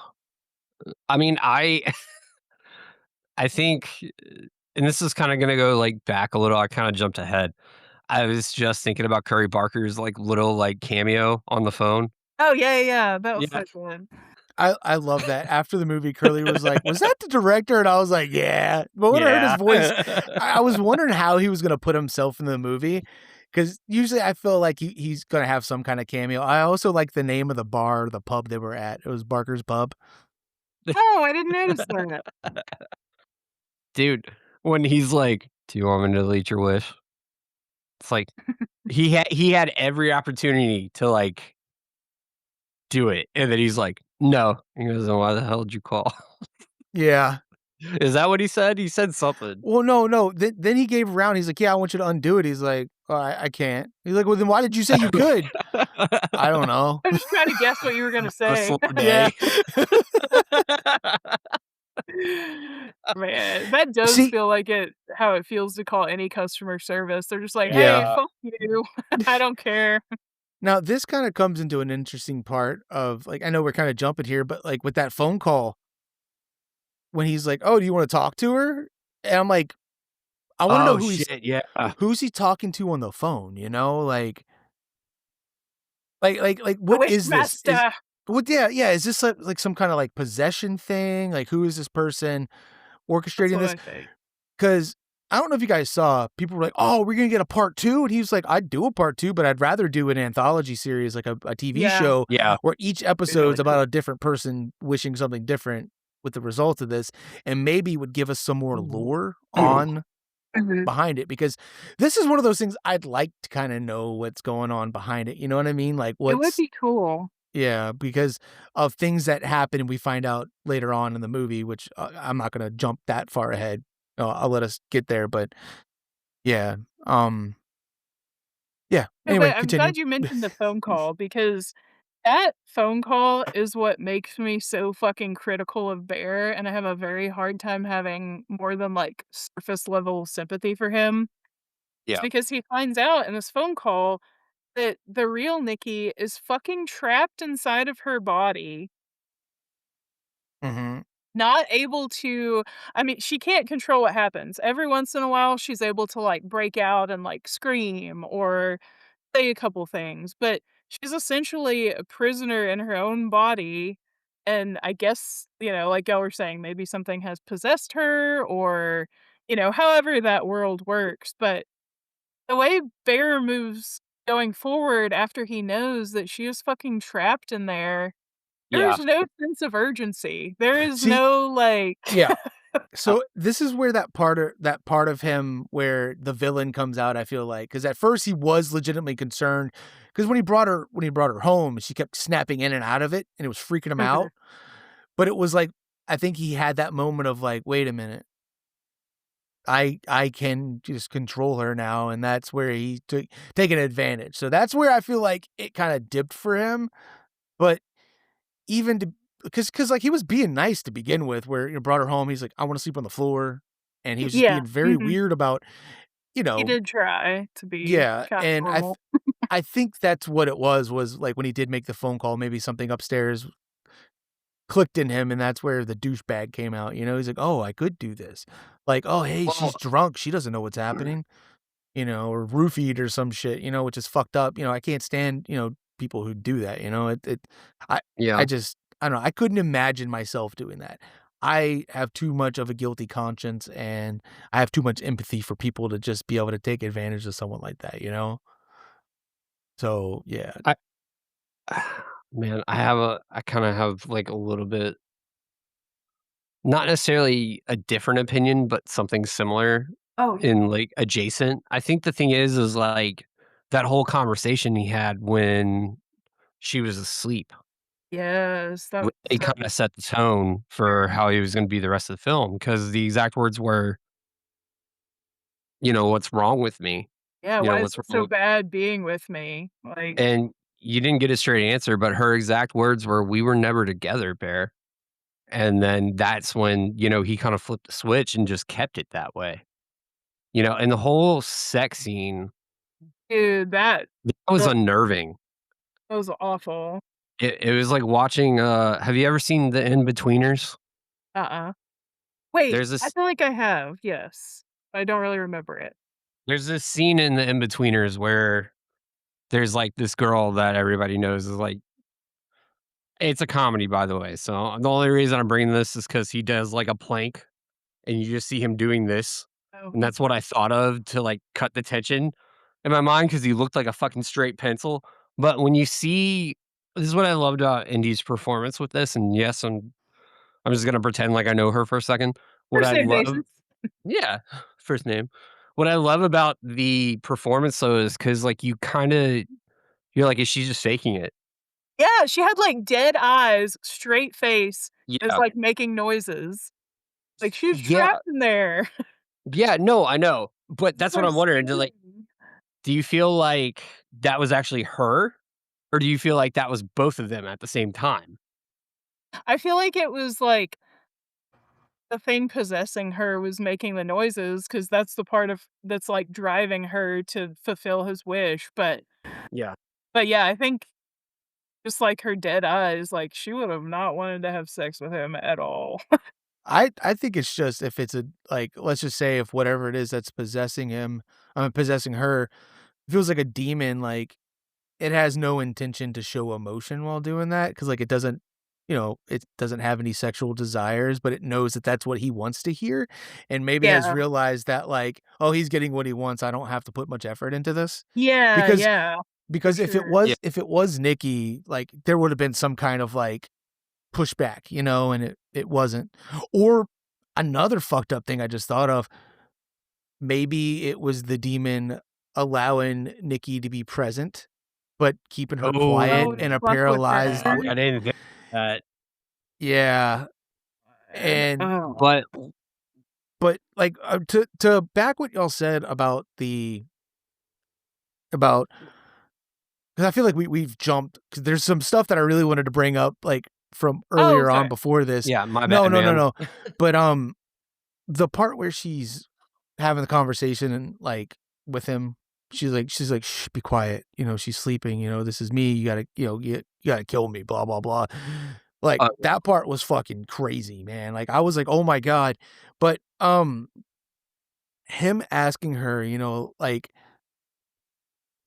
again, this isn't me defending him because, like, his choices after his choices all the way up to this point and beyond were just shitty, but where he's coming from by asking her that question was, I think at this point is when he found out that no, he hadn't found out yet. This was right before he found out that she had been banging his friend, right?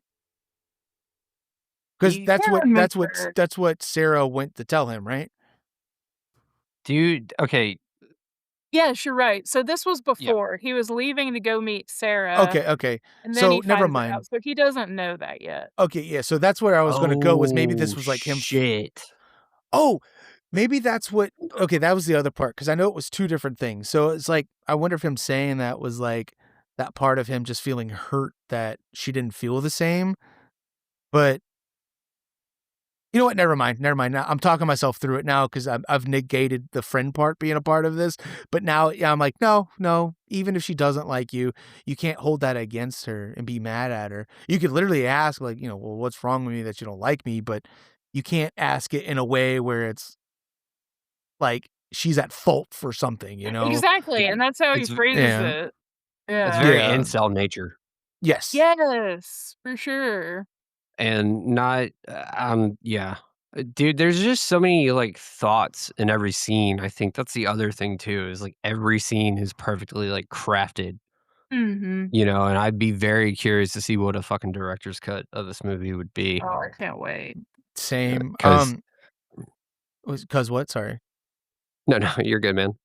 Oh, I was just gonna say, this is just kind of overall like getting off. This isn't the real like deeper meaning of it, but the overall, I guess, again, creative aspect and writing thing that I generally pick up on, and that I look at. I don't mind movies when like you can kind of figure out what's going on early on and you can call things, as long as like when those things happen, they do it in a really cool, creative way. And this movie did that Mhm. I because I called it early on that I was like, she's trapped in there. And then like the first instance, the first snapping out of it and then going right back in, I was like, there it is. And then the other instance was, did you guys notice on the photo that was with the sandwich? Like Yeah. her little note on the picture of them two together. It Yeah, says what it's did it not say? it says Not it's me. not it says not me. So Oh, she came out at that. shit. Yeah. I noticed that like the first round, and when I saw that, I was like, "Oh fuck!" I That could that didn't catch that because I I'm was like, like, I don't understand. Like, there's just so many things in this movie yeah, that I feel like I'll have to watch it another, couple times before I, yeah, like, really absorb everything, but holy shit. That was, um, like, real Nikki being like, "Yeah, you're gonna fucking eat your cat, bitch, if you're gonna keep me yeah, trapped in here." yeah. Or it was Ooh, I her like didn't think about being that. being able to come out at that moment. Now Yeah. jumping back to like right before that with the sandwich, when he pulled the sandwich out. I don't know what it was, but it was the way it's framed and the focus on the sandwich. My immediate thought was like, I Yeah. said it under my breath. I was like, that's the cat. And then like, Yeah. I and I then it picked turned. this up and I pointed to the screen, I looked at Matthew, I'm like, like I said, like I knew it, and like all the there's little something about things. how it tore too when he bit into Yeah. it, I was Yeah, like, but it was even before that. It was like when he got the sandwich from her and he left, and just there was just some weird focus on the sandwich that it was present the whole time, and I'm like, this something. And then when it happened, I was like, okay, I was right, cool. And that so fucked up. But the way he reacted after that was a little weird. He goes back home. I told you not to kill the cat. Or don't feed Oh, me the yeah. cat, or don't cook the cat or something. I'm like, I'm like, "That is Sandy, that is your fucking friend, you should be more mm-hmm. pissed about this." He Yeah. got what he wanted. That's exactly what he wanted. He wanted to Yep. eat the cat Um. like a motherfucker. Oh Jesus Christ. Um. Sorry, Alyssa, I could see the disappointment in your face right No, now. I just like it took me a second. At first I was like, "It's sarcasm," and then I was like, "It's a double entendre." It is. Or is that the right Oh, term? I didn't even think about that when I was saying it, but that could go that way. Uh, Uh. But yeah, I'm trying to think of like other instances, but like I said, like the movie for me was like again the interruptions and stuff. So I'm really like trying to dig back on like the notes I made in my head while watching it. But it Would was it like little help things like you that, huh? Okay, would it help you if we kinda did, like, a more linear, like, going through the movie? Would that be more helpful? No, no. I mean, that's what I Oh, okay. thought we were originally doing, but it honestly it Oh, doesn't matter. For me, I just like listening to y'all talk about it, and y'all talking about things are sparking, gotcha, thoughts. okay. Because I'm trying not to me, I'm trying to get into the acting and the little things with the writing, like the humor that they threw in where Oh my god, like yeah. the writing for that where the sense of dread it puts throughout this whole movie, um, that I didn't feel, by the way, because it was fuck people. But I could tell it was there. Sprinkled in with the humor, like the duct tape door. Like, Yeah. it did a very good job of like, "Hey, we're gonna make you laugh here, but we're not gonna let go of this dread." Because, like, even him doing that, you felt like him leaving, like, what the fuck is she gonna do?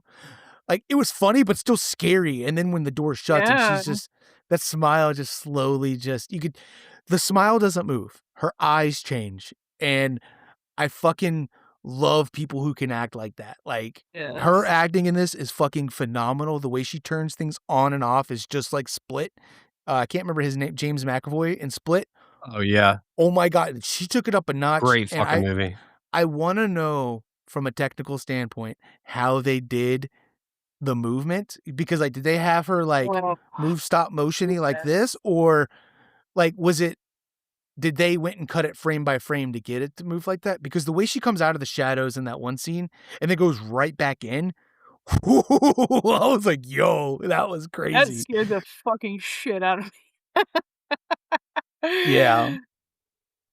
But Um, This movie- but dude, back to what y'all were saying. I'm gonna let y'all talk because I want y'all to keep talking about like the deeper meat. I don't want to take that from you because I know Alyssa's really excited about, the overall stuff. was that shit or was that vomit on the That's floor? what I That was was wondering too. yeah. I I was couldn't tell. I kind of thought vomit because she kind of had some stuff on her shirt, but yeah, I don't know. I think it Like, could. did I think it she was a. eat the cat too and fucking got sick? I I don't know. I think it was a think mixture of both. Could have been vomit. It could have been the cat. I didn't put that together there. um another thing I was just thinking about, and I know everybody's gonna want to talk about it. The fucking party scene. Oh my god. So the first Dude, time I watched it, I didn't quite get it. Like oh when really? yeah, when she stands up and she reads that poem, I Oh, I didn't get that at all. oh, okay. So Okay. I totally missed that, and then I saw somebody talk about it online, and then when I went and saw it again, like, I felt it made sense. So, she kinda, like, comes and is real Nikki a little bit at the party. So, that was, like, the real Nikki fucking with him, because the story that she talks about is about, like, a brother and sister, but basically the brother is, like, raping her. So, that was, like, real Nikki kinda coming out Oh and being wow. like, "I'm gonna humiliate you while I'm able to break through here and let you know, like, I don't wanna be doing this, and you're fucking making me." 'Cause there's a Yeah. part where she says something in that story that's like, "But despite that, I know you'll be in me tonight," or something, and she's a Dude, writer. that part was so fucking brutal when I heard that. I'm like, that's fucking metal as shit. Yeah, because she's a writer, and so, like, she had been working on a book, and earlier in the movie, she says it's a love story, not a romance. So it could have been, like, a story about, like, brotherly, sisterly love or just, like, a different type of love. But Yeah, that makes sense. Yeah. fucking crazy.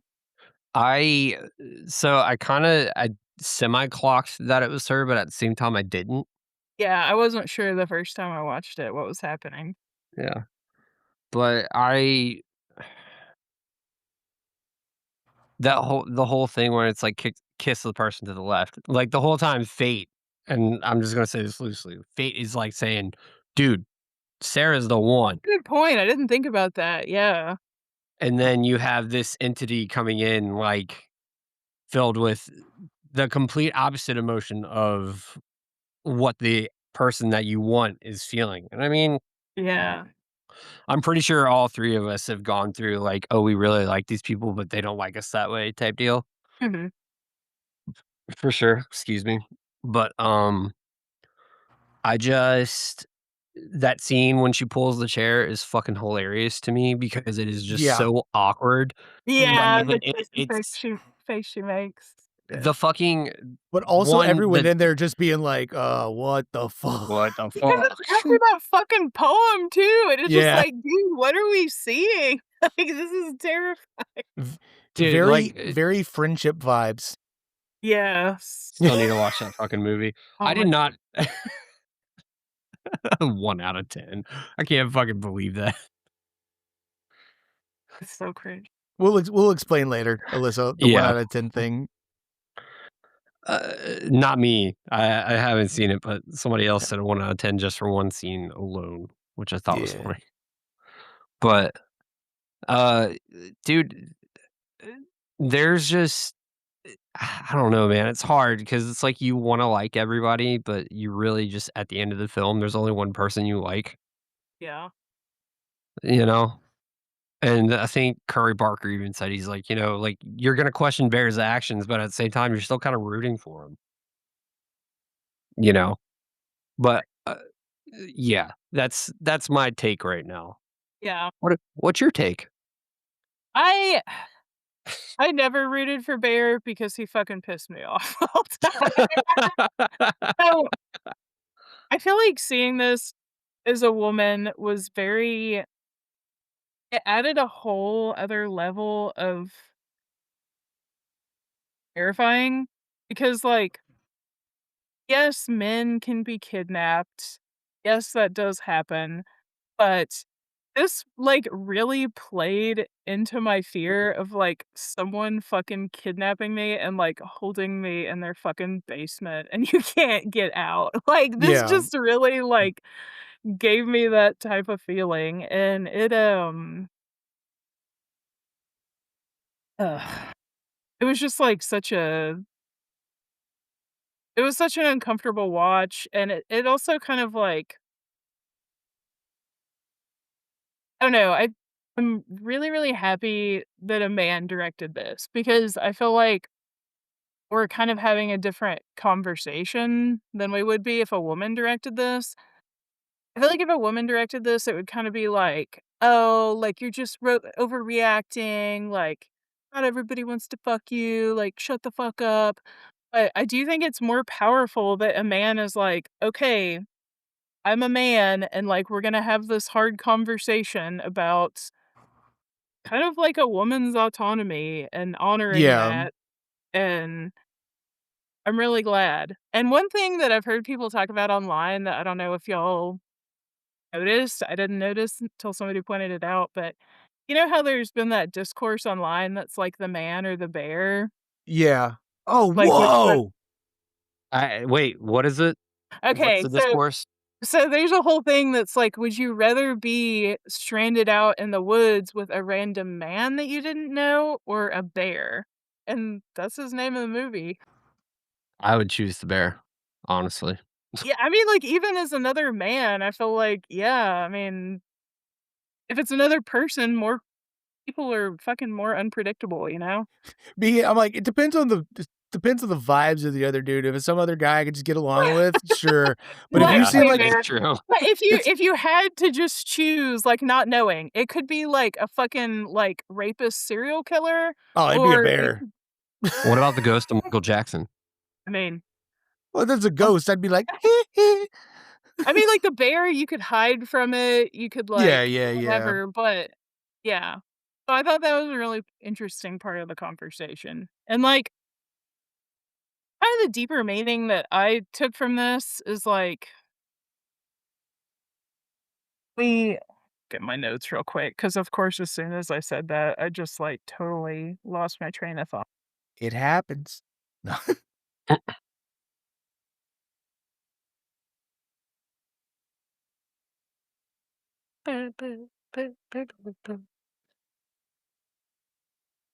While she's looking, another good thing about this movie is that, like, the way it's gotten people talking, like how we're having this kind of discussion here, and there's not even, like, Yeah. any, like, real discourse with it either, where we're like, "Well, actually," it's like, no, like, it was written very well that it's like, man, all these characters kinda suck, except for I'll be honest with you, Sarah, I felt like she didn't.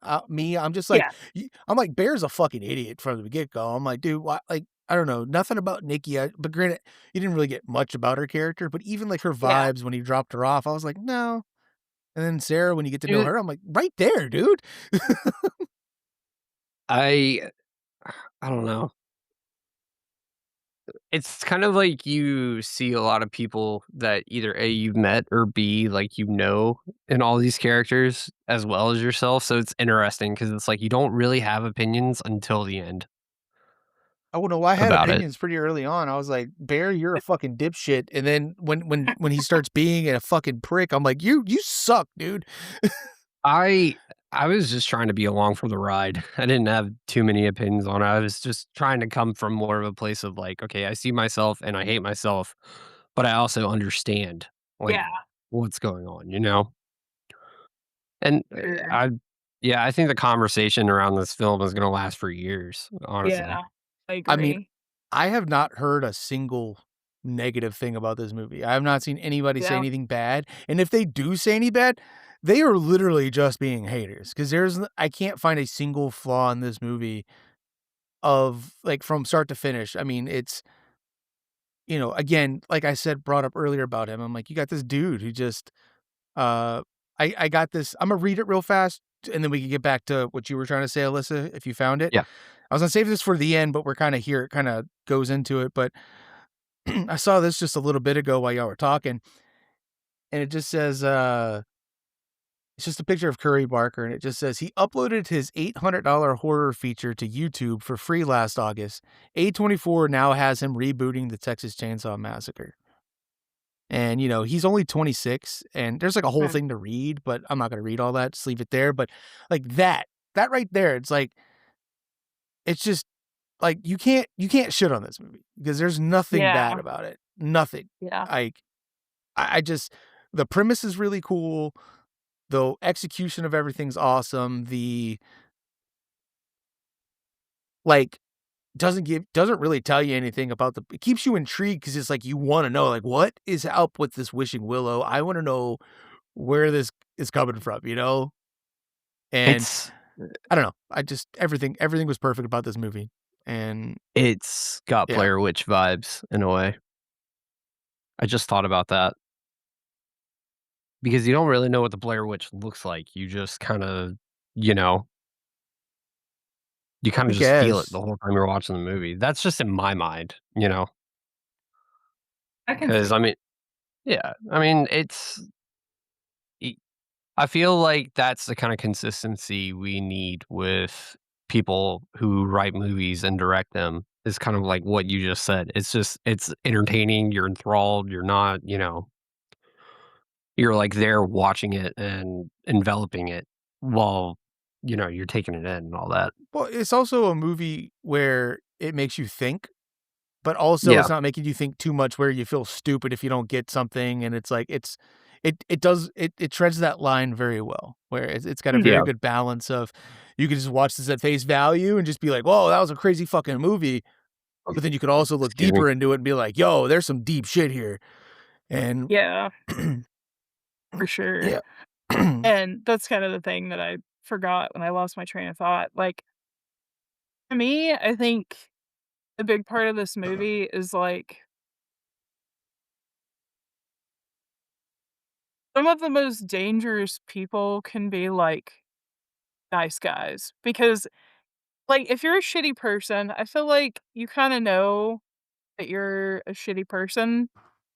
But if you're like, "Oh, I'm a nice person," then maybe you can kinda become blind to, like, the shitty things that you're actually doing, and if you have that blanket of, like, "Well, I'm a nice person, like, I don't hurt people," but everyone hurts people no Yeah. matter who you are. Yeah. So, that's kinda what I was taking from it is, like, that sometimes, like, a nice person can be the biggest villain because they're not able to be self-aware enough that they're, like, fucking shit up and doing things Mhm. that are unethical, and, like, I know sometimes it can be weird to, like, have this conversation with men, like, this happened, like, recently where, like, a friend was talking about how, like, her boyfriend was like, "Well, when you're, like, talking about men a lot, like, I'm not one of those guys," and, stuff like that.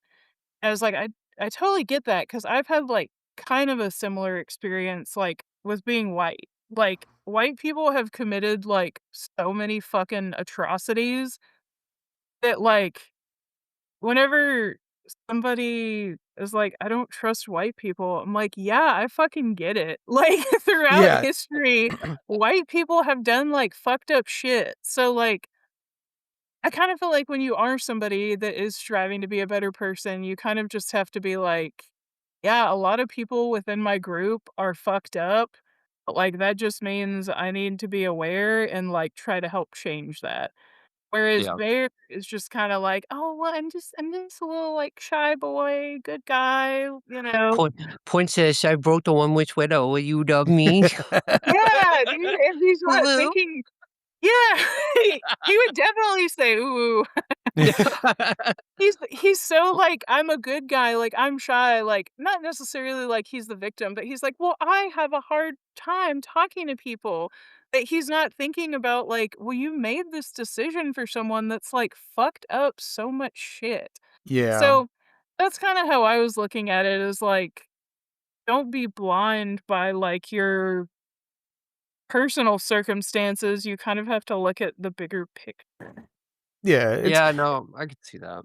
It's like what you said too, is like about self-awareness. I feel like that is something people need a lot more of nowadays. And Corey knows this about me because I've I'm said it too before. self-aware. It literally makes me want to kill myself. Yeah, yes. Wait, what? That is a yeah. Wait, what's going on? Being self-aware is just too self-aware. Yeah. It's just like, oh my Being God, too what am I doing? self-aware. Yeah, like literally every action I do, I'm like, well, is that unethical? Like, is that this or that? Or like, Yeah. sometimes it's like you do have to just like let it be. I mean, Yeah. at least Those you small guys are things. self-aware, you know? Yeah. You could be emotionally stunted. I mean, that's never fun. You're getting I better. mean, It's I feel like okay. We love everyone you. is. Better.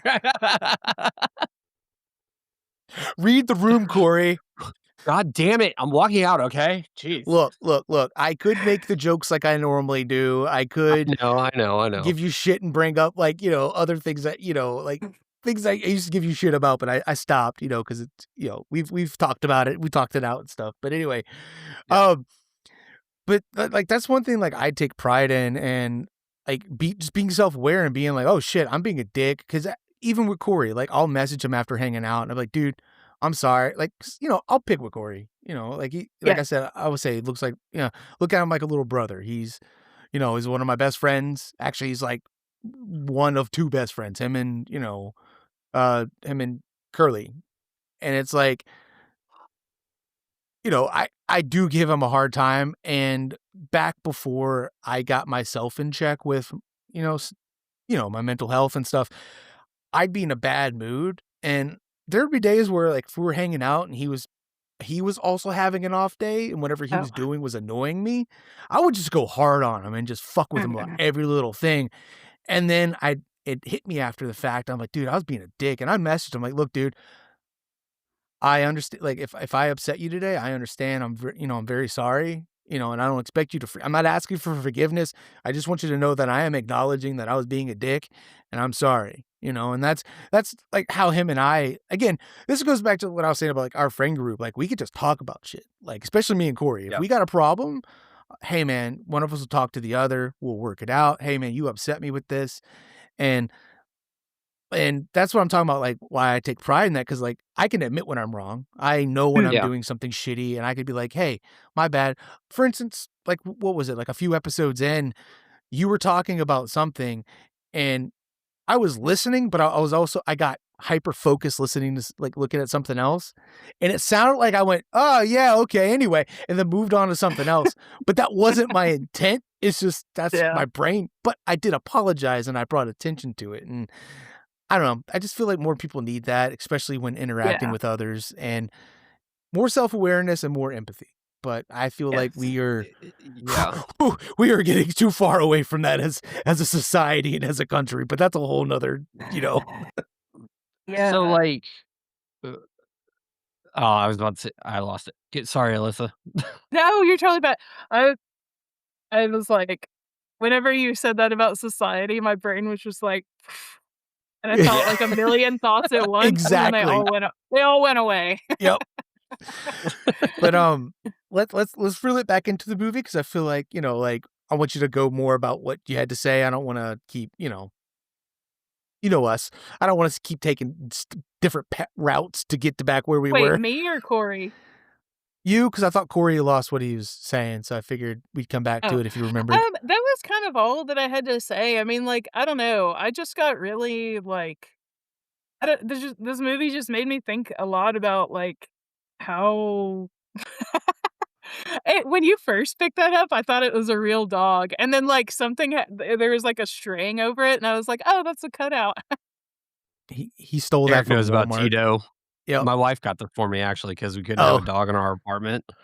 Oh, that's cute. But she took it off like one of the Halloween displays. So we've had Tito. How long have we had him? Like 4 or 5 years now.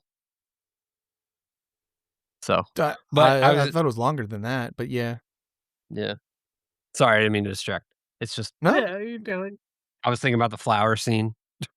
Oh my god, that was so fucking scary. Yeah, everything was just so unnerving in this. And then I don't know, after I left, I just was like making all these connections with just like real life stuff and just like, yeah, I don't know. I do feel like I kind of brought the mood down.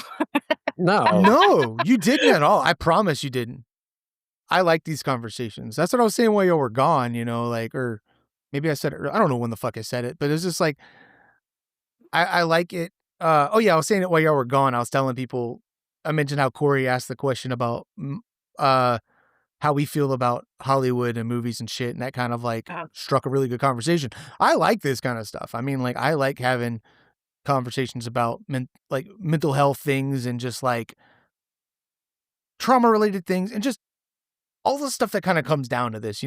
I've mentioned before, like, I feel like I should have taken like sociology or some shit because I like the study of humans and their actions and the things that they do, like I pick up on like little nuances of people, like even with myself. And it's like, I can walk into a room and I can notice when something's off. Cause I'm like, that's not normally how you do it because I've already, not necessarily categorized a person, but it's like everyone has their patterns. Like, I know myself well enough where I call myself out on the podcast about shit I say.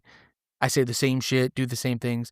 Corey's the same way for me. Like I could read him like a book most of the time, That's nothing against you, Corey. It's just we've been friends for so long, Yeah. And I mean, yeah, my it's just therapist. you didn't bring anything down. I'm just gonna say that. You didn't bring anything down. I promise. I like this conversation. I was reading your notes to make sure you didn't leave anything off. We didn't miss anything that you wanted to say. Well, since I wasn't sure if we were gonna do spoilers, I was like, I didn't come up with like how to talk about the movie. I was just gonna talk about like general ideas. So if y'all want to talk about like specific things, go for it. Cause I didn't I guess I didn't like think about that part. I mean, where are we looking at on time right now? You're like, we've been recording for 10 hours. No, we started at exactly 12 o'clock. So, well, I'm sorry, 2 minutes after 12. So it's 2:20. We are at 2:18. Hell yeah, brother. I mean, like, I'm okay to keep talking until if we hit the 2.5 hour. I mean, that's only 15 minutes or so less. That is up to you guys. I'm enjoying this conversation. I don't feel like it's dragging on. But yeah, I'm cool with it. Time wise, I'm fine as long as we're done by 3 for Alyssa, I'm good. I mean, fuck, you want to do a 3-hour episode? Let's fucking make this the 3-hour episode. We finally hit that mark, and we don't ever have to look back. Whatever, yeah. I'm enjoying the conversation. We do have to talk about the car scene. We have not talked about the fucking car scene. Dude. And then afterwards. And then we got to do the surprise. Oh yeah. If you want, we can do the surprise next time you're on. That way we don't. I need that satisfaction. Okay. One thing from Alyssa's notes, the part where she's like, Alyssa says, I feel like it's especially easy in we are all capable of doing like horrific things without really thinking. I feel like it's especially easy in the modern world where everyone kind of keeps to themselves and doesn't consider community as much. That is a thing that I feel like I bring up pretty often, like in person, not so much on the podcast, but I think we have talked about it. But yeah, people are more, I was talking to Curly about this last night or the other night. People are more insular now. People just like, they've lost that weird connection to think of others. It's just, they're so used to using social media. And first thing comes to mind, just fucking like puke it out on the internet rather than, like if you're in real life, you're not going to say that to somebody's fucking face. Now it's getting to the point to where people are though. Like it's like they're so used to that and being to themselves, they don't know how to interact with other people and remember, wait, this person has emotions, I'm not saying it happens all the time, but I mean, it does happen and it does show, and just sucks. But Yeah. I mean, I agree with that. We all are capable of horrible things. I've done stupid shit in the past. Nothing like I mean, I have too. that, but like, Yeah. yeah. I mean, we've all Um, done horrible shit. If you don't do horrible shit, then you don't learn. Exactly. Yeah. Yep. I mean, And also, you know how, like, I meant to earlier, I was trying to say this and we kind of got ahead, but to go back to your point of like how like my signs, yeah. I remember I was telling my therapist I feel like I'm too easy to read. And this was like a couple months back. She goes, "Is that necessarily a bad thing?" In my mind, it is. But then I realized I'm like, it's really not. Because I mean, if you're the people who know you. Mhm. And I feel like sometimes it's difficult because everybody wants to be unpredictable to like some extent, but they don't want to be unpredictable all the fucking time, you know? I just want people to stop asking me if something's wrong. Or are you Something wrong. mad? Are you mad? I'm like, no, this is my face, but I'm also sad. Leave me alone. I I do that shit too much, but it's a trauma response, Yeah. And no, if being an anything. open book, like me reading you, please, like, I don't mean that in like a negative way at all. It's Yeah, more yeah. so of like, I it's kind of just, see it as something sweet. You're like, I yeah, just know you, and Yeah. yeah.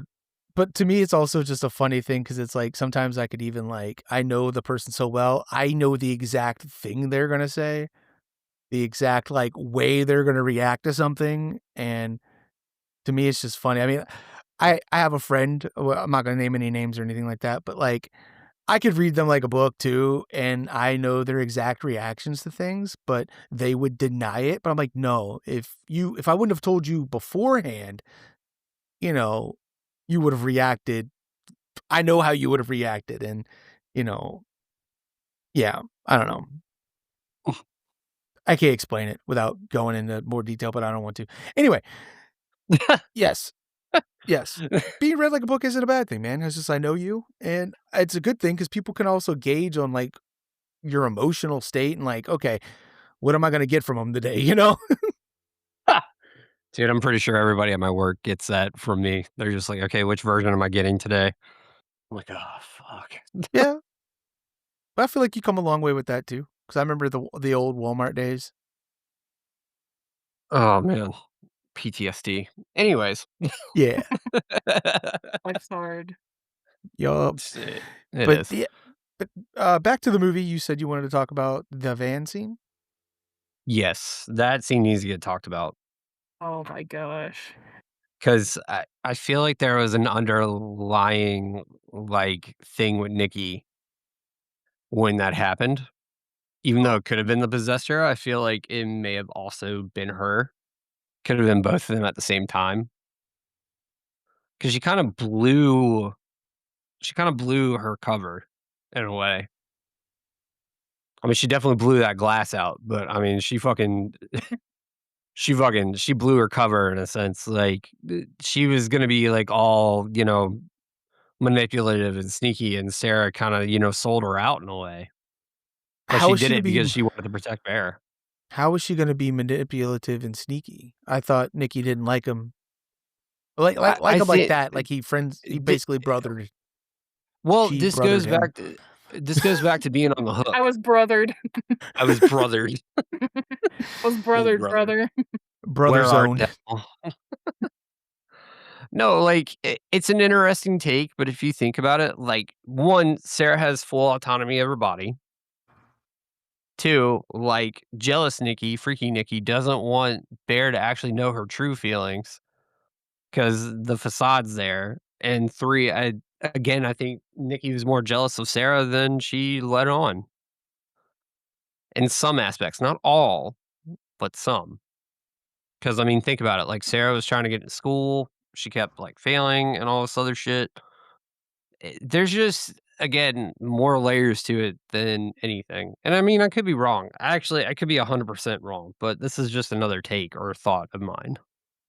Yeah, I didn't think about that. Like maybe before she became possessed, maybe there was some jealousness there because, Sarah was applying to schools and doing stuff and Nikki was like, I feel trapped, like I just want to Yep. write. And so maybe are you trying to say that maybe Nikki was like jealous of Sarah's trajectory. Yeah. And I think, like, because Sarah had, like, a full-fledged, like, life waiting on her, Mm. even though she got denied, like, 2 or 3 times, and then, Nikki was just like, she just wants to write, but she doesn't wanna write at work, Oh, wow. and she did feel trapped, but there was also the whole situation of, like, eh and I could be wrong, like, yeah, Sarah and Ian are friends, but I thought they were a couple at first. That was the other thing, too. Oh. Nah, I I took could it be as in it was work friends. I don't know, like, it just seemed like what was Bear's words? He goes, "Why the fuck did you guys come here?" You Which know? which part was that? It was at the beginning. It I don't fucking remember, I can't for some reason. But, I don't know. I just again, going back to what I said earlier, I just feel like everybody had ulterior motives minus Sarah, Yeah, I and agree. I mean, and I everybody did have fucked up shit going on. yeah, and I Yeah. think Sarah's go on, sorry. No, I was saying, yeah, I was just agreeing. I mean, finish what you were saying because I was gonna, you know, Uh, I mean, it's kind of a stretch for me to even say, like, what I said, but at the same time, I do definitely feel like you kinda felt the hostility in that hit to the head.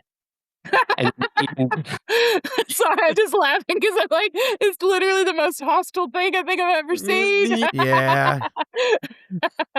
I still haven't seen Antichrist, but I know about it. I haven't Um, either. Sorry, I Man, didn't mean to get you off track. I you're just was like good. that picturing it, and scene I was like, that was very hostile. that scene made me very sad because I was like, no, I liked her. Not She was her. so Yeah. nice. And dude, like, even bringing the fucking body back, Dude, that eyeball was and all. crazy. That was Oh yeah. insane. Oh, did y'all also notice the tattoos that randomly appeared? I didn't notice that until the second watch, but yeah, she drew Sarah's tattoos on herself. Yeah. Y'all didn't So notice that the first time around? I Oh, I didn't noticed it. notice that. Oh, okay. I totally missed it. I was That's just like, "There's crazy. so much going on." I was like, Oh she's no. suddenly Dude. inked up. Like, it's fucking wild, man. But Oh yeah, no, like, the moment I saw her, I was like, did she draw her tattoos on her? And then when they Yeah, she showed put I her thought like too, dress yeah. on and yeah. Well, no, I was gonna say then when they showed her body and I saw I confirmed. I'm like, oh, she did put her tattoos on her. That's I was like, oh oh, it was goddamn. supposed to be from her body, like, she stuck them on her skin? No. It's just she Oh, replicated oh, her for when you saw tattoos. her body, yes. Yeah, Gotcha. Fuck, yeah. that would've been sick, though. Yeah, that would've been That crazy. would've been an extra fucking layer of cool. A part of me was like, I'm gonna flay oh you. god, she's gonna walk in wearing Sarah's face, and I was like, no, wait, she can't. That's exactly what I thought too. Yeah. Holy fuck, I didn't think about that. Yeah. So Dude, what you were go saying on. about her like taking out stuff on Sarah, I don't think that was it at all. I think it was literally just like the obsessed, version. Like you're trying to steal my man, like did that You're an because obstacle between me and my guy. yeah, Yeah. because I don't think there was any jealousy there because she had already stated, she didn't see Bear that way. She was also, banging his best friend. So why would she care if Sarah liked him? Because didn't Nikki bring up something about Sarah, or was that Ian who mentioned Sarah? Yeah, Nikki brought up sorry, I didn't mean to stop you. Nikki brought up Oh. Sarah on the first car ride home. Yeah. So like even right there, it seems like she's encouraging Yeah, you're her. right, yep. Yeah. So like I don't get that at all though. But Ian did the same thing with Bear. What do you mean? At the beginning, they were both doing the same thing technically. Like, they were trying to get I'm trying to find the best way to put this, that way my perspective is a little They're bit trying to get clearer both on of it. the other two together? Yeah, because they were banging each other and they didn't want them to know because Ian knew that he had feelings for Nikki and so they were trying to be like, how do we redirect this without hurting him? Oh, man, dude, that's such a shitty fucking way to do shit. That's happened to me before. Anyways, Well, not the I'm point. just I just saying, like that's it brought that's some me. fucking, like That's me putting Oh, things together in my God. head, like orchestrating things. It's like I'm thinking of it No, from no. their side where like she friend zoned him and she's like, But she she's like, didn't. no, hey Sarah, come over here, like Sarah really is really into you. You should do that. And Ian not necessarily was trying to get him with Sarah because I don't remember him bringing her up at all that she liked him. I could be wrong, but he was just trying to get him to prevent him from asking her out because he's like, I know where this is going to go. She's not into you, but he doesn't know how to break it to his friend, I guess. Also didn't want to tell him, hey, we've been banging, You don't want to feel discomfort, which is the problem with the fucking movie. No one wanted to feel discomfort. Yes. You're fucking running away from conflict solves nothing, people. Yes. Yes. Fucking nothing. Just say how you fucking feel. Moral of the story. Be a man. Just kidding. That's what I took from Obsession. Be a man. Be a Do what you man. want. Don't be a fucking bitch. I mean, I still feel I honestly think that whole like scene definitely had some jealousy behind it, and I'm not gonna. I can't. I mean, step away jealousy that. from I'm the gonna stay my- entity. I really don't think it was the entity, though. I mean, it could have been. Again, I still think it was both of them. Because I think Alyssa also said, she felt like she was stuck, and then Sarah's got all these opportunities. So that could be another layer. It's a theory, if anything. So kind of going off of what you said, like when I first watched it, like I said, I feel like I'm gonna need to watch it a couple more times to like really absorb everything. But when I first 10 watched it, times in a row. I should. That would be awesome.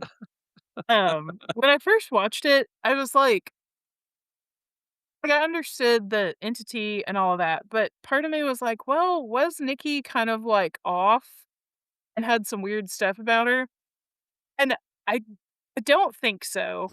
But what I think it was, I read people online that were saying like, oh, Nikki's supposed to be like a manic pixie dream girl. Like, oh, she's so like quirky and like sweet, I have seen that, yeah. she gives she gives the homeless person money and she's just kind of like a free spirit and stuff.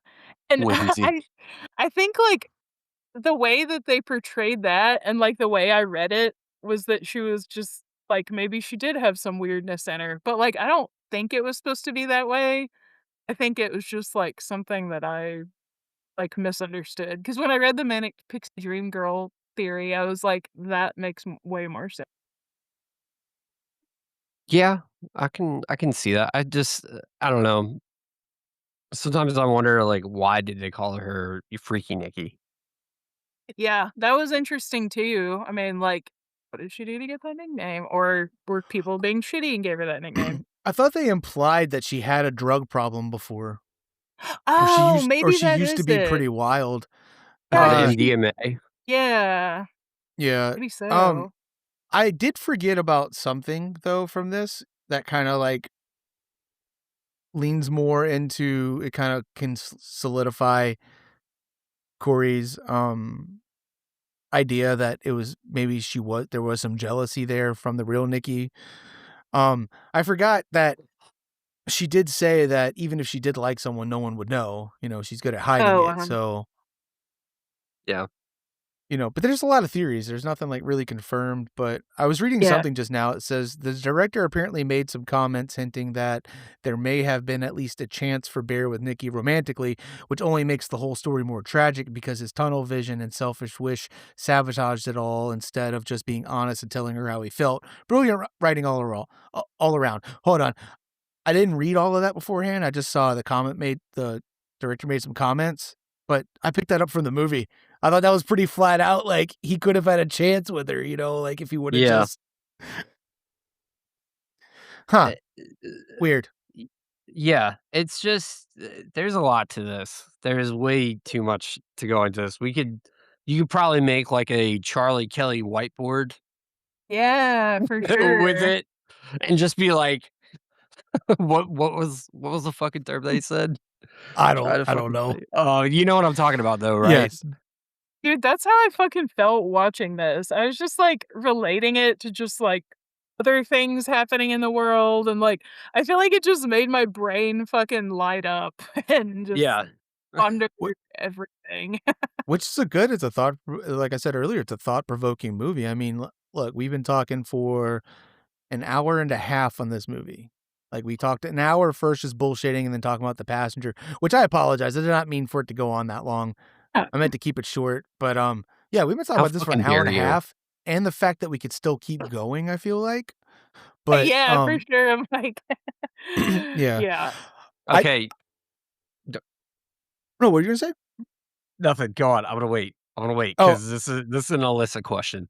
oh, okay. Because I was just gonna say, like for I guess my intake on it, just because like I said,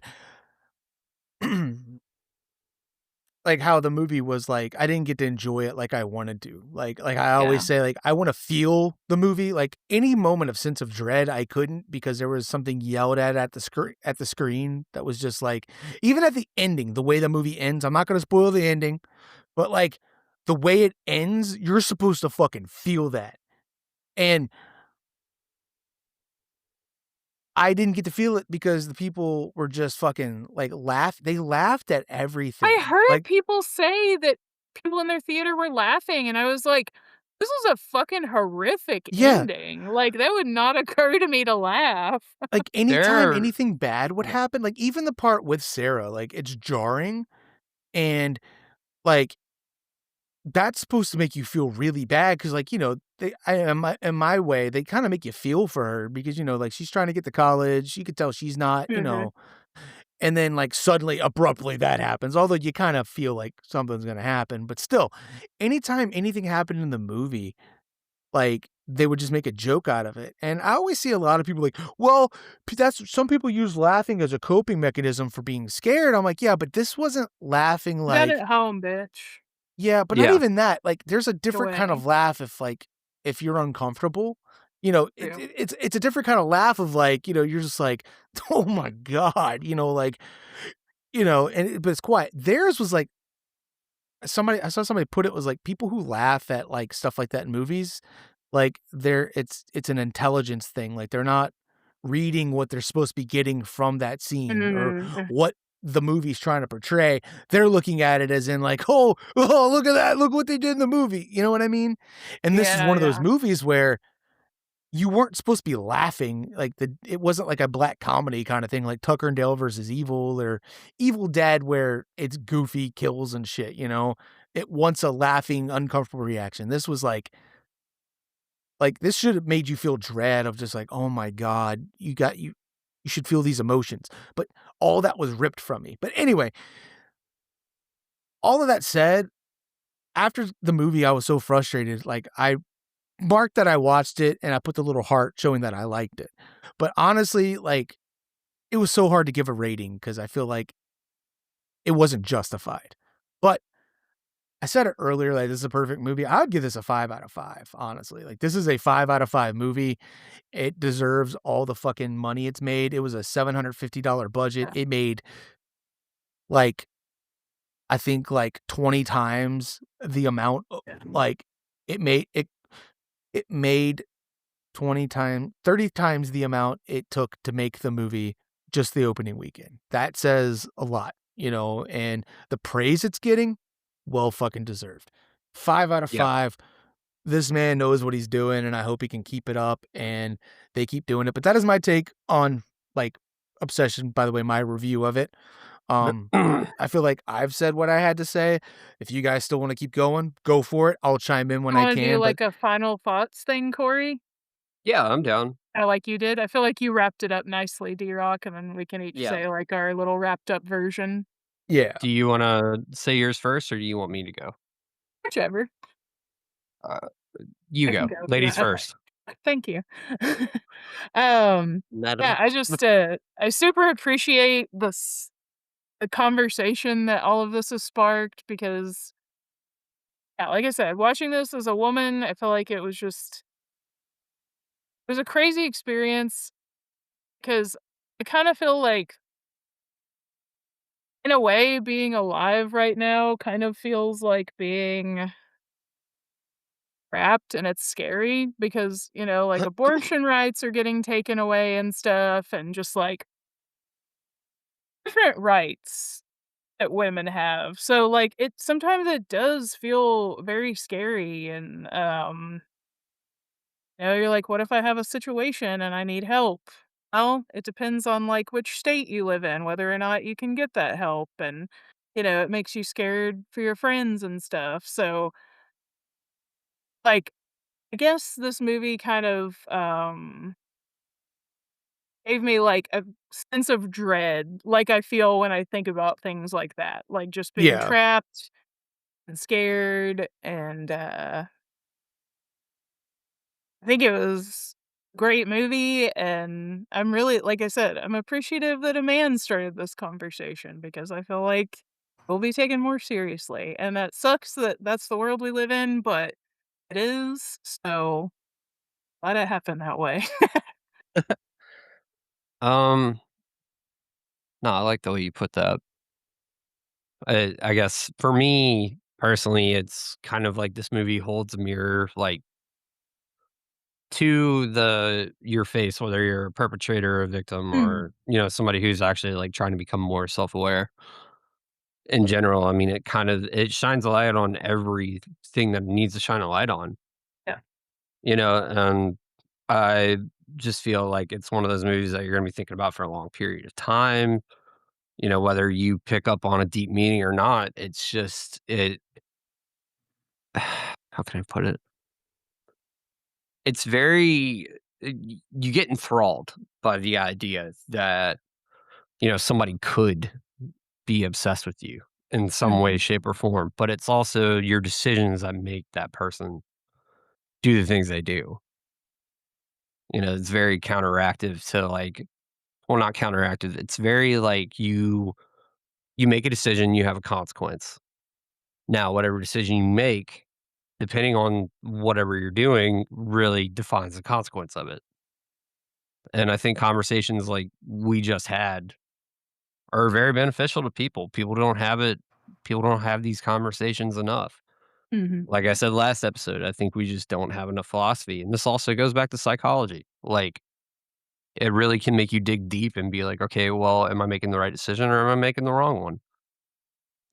And being a man, like I can definitely see how it's terrifying for women. What was it you and Jamie said? We like safe men. Yeah. I It's mean, like the bar is so low. I love a Yeah. safe safe man. man.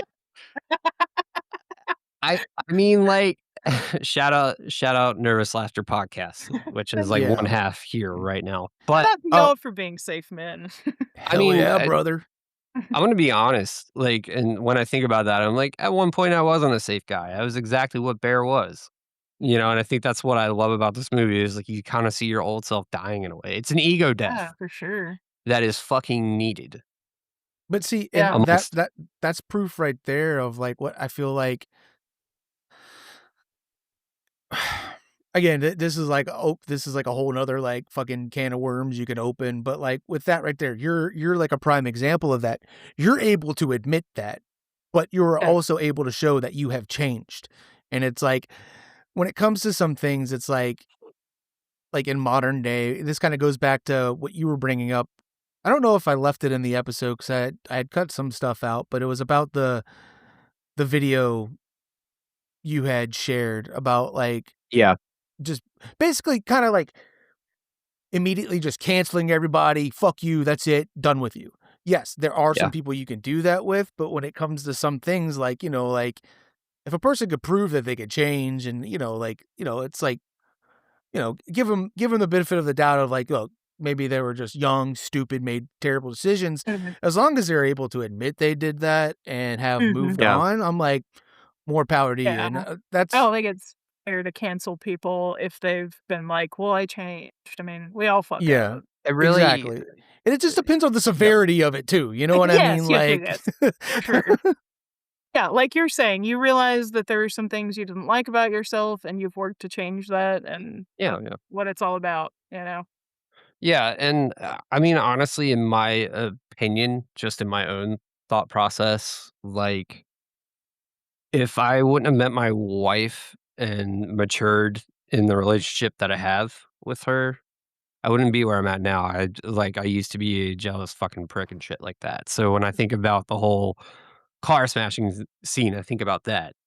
You know, like I think about how I used to be compared to how I am now, and it's like it's not that it's everything's laissez-faire. It's just more. Yeah, I already know what you're thinking, Derek. Think about the witch. Yeah, he's thinking about the witch. We don't need to talk about that again. Anyways, We'll explain after the podcast if you want I to was hear like, it. are you crying? No, I'm laughing. Yeah. honestly, he was proud for 2 seconds, and he goes, "Oh, this motherfucker," and it's no, but yeah, it really does take it takes good people in your corner Mhm. to really change. And honestly, going back to the movie, I don't think Bear had good people in his corner. There was only one good person, and she became a hamburger patty. But anyways, Oh, Sandy. Yeah. oh, Or were you trying to say Sarah? Because I'm like, I I was can gonna see say it Sarah, being but I either just saw way. that, so oh man. Okay, Alyssa. Uh, Okay. w- We've got. I I I have a Mulholland Drive question, and then we got Oh, to do yeah. the surprise, and I gotta fucking go because I know Okay. we only have like a few minutes left. Actually, we got 10 minutes left. Holy fuck! I just realized what time it was. Do you know that scene in Mulholland Drive when they're both like intimately like explaining how they feel to each other, and you know how David Lynch like directs? He's like sitting there right next to you. Oh, yeah. It's been bugging me I since I never watched it. I'm like, I never thought about that. Alyssa, like, could you just measure? Okay, now place your hand right here. Yeah, good. Now you whisper in her ear like this. Put your hand on her And okay, breast. yeah, kiss her like yes, sir. Question for the So class. I heard David Lynch talk for the first time the other day, and I about fucking lost it because I was like, "That's how this I know, man it's not like sounds." you would think, yeah. Dude, one of my favorite things is I quote it every day at work. I'm like, Einstein must have had a heavy fucking load. What a heavy load Einstein must have had. I'm surrounded by fucking idiots everywhere. Yeah, his voice it's the best. I love him So so funny. much. I miss him.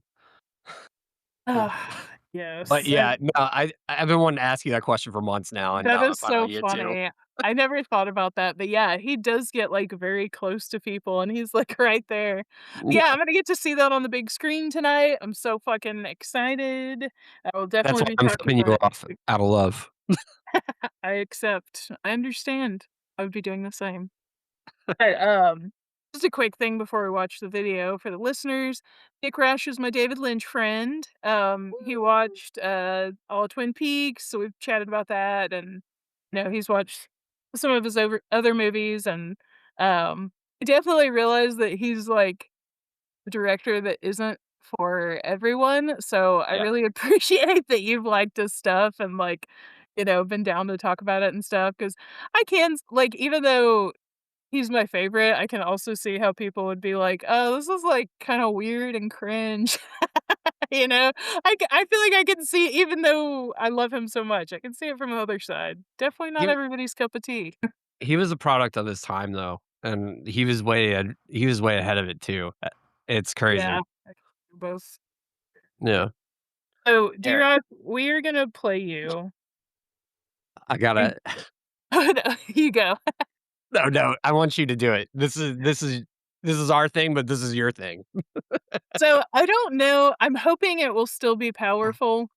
So, James is the most hated character in Twin Peaks.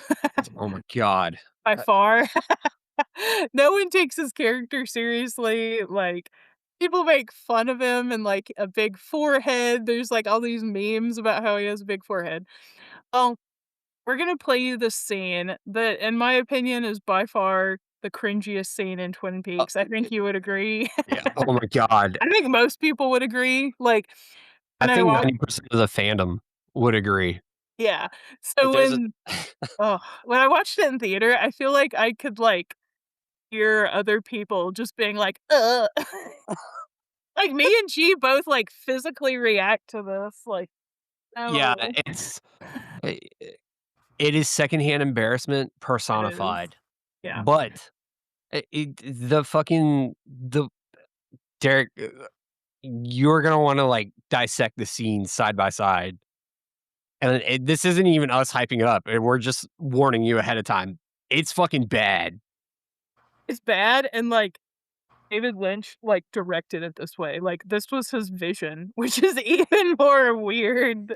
Oh, 'Cause you're man. like, Yeah. Okay, so Okay, is I'm this a putting it in the visual chat. thing I need to watch?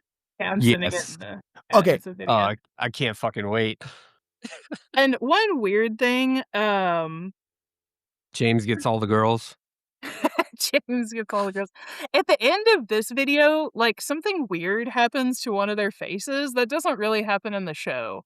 I don't know if it's something weird with how the video uploaded, but just disregard the last like 3 seconds. Okay. Okay.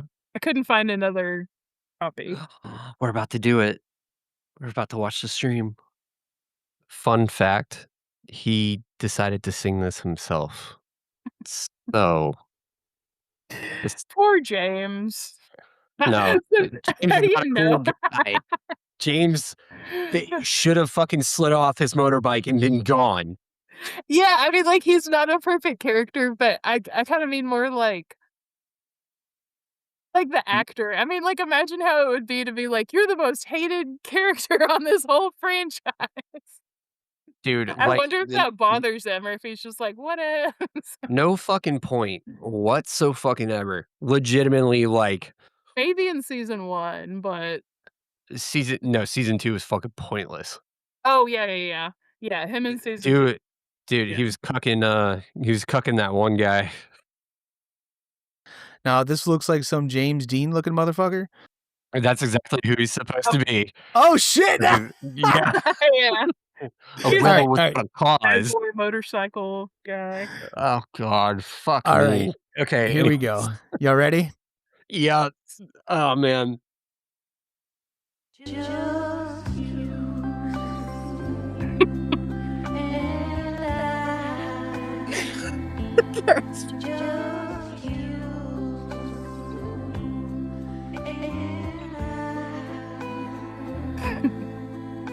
See, look. The fuck? Oh man, Laura Flynn Boyle. Why?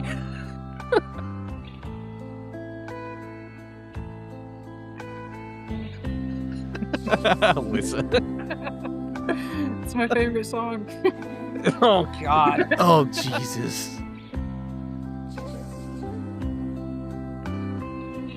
The one eye blink.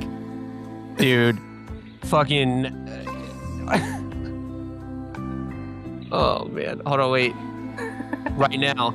It's happening.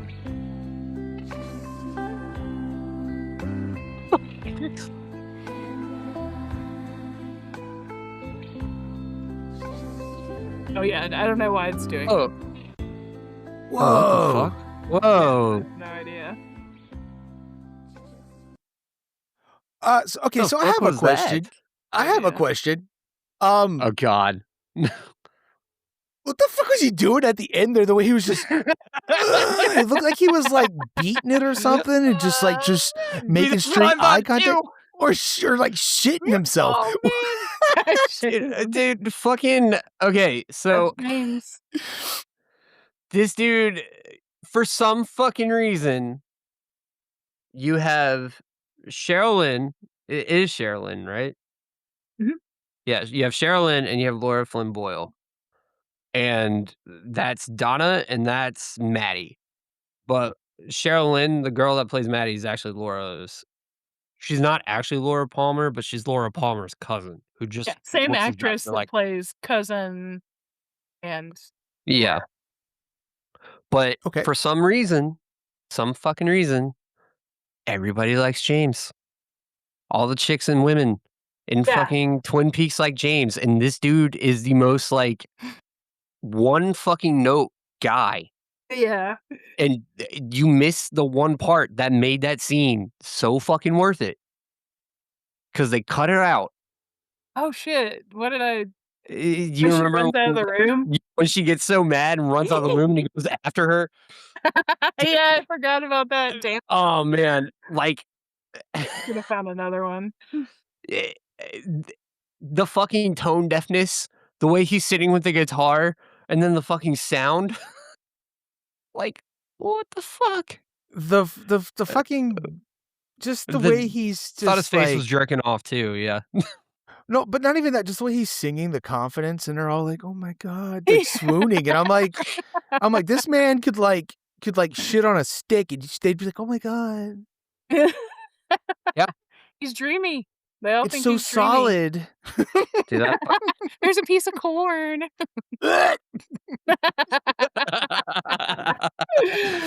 Fucking I thought big that, ass but I forehead. wasn't gonna say it. But okay, here we I are. went there. All right, Twin Peaks is on Pluto. It's on. Oh, it's also on Paramount. I'll It's on watch it. Paramount Plus. I'll start Yeah, watching it. Yeah. Or It's you could very- have like a million different editions of it, like I do. and I have the one. Oh yeah, the Z to A one. Oh, Yeah. Twin Peaks Good. has very deep lore. yes. It's Good. very very deep, but it's good. It's good shit. It's really like it's a fun watch. It's stupid sometimes, Yeah. but it's supposed to be wacky intentionally. Yes. We've had conversations, D-Rock, about whether or not you would like it. I kind of feel like you wouldn't. Corey thinks that you would. I think you'll give it I'm a I interested think you to would see. yeah, I think you should just watch season 1. Okay. Get What's funny season is like 1. I feel like What? this is one of my favorite things about people is like when they're trying to figure out if I will like something or not, because it's not just you two. Like this happens a lot, like especially back with like Ryan and Curly. Like Ryan would be like, "Oh, D-Rock, I know you'd like this just because it's like hyper violent," but I'm like, "No, I don't like things just because they're hyper violent. I mean, like if like what else, well, because it goes there, like it doesn't hold back." I'm like, "Yeah, but there's got to be something else." And then Curly's like, "Nah, I don't think he'd like this." Talk about Attack on Titan and Oh shit, Corey. yeah. And Curly was telling me, he's like, "No, it's too like boring and like not enough happens in it to like," because even Curly said he got bored with it, and I was like, "Oh, that's so funny." Off And at then season 2.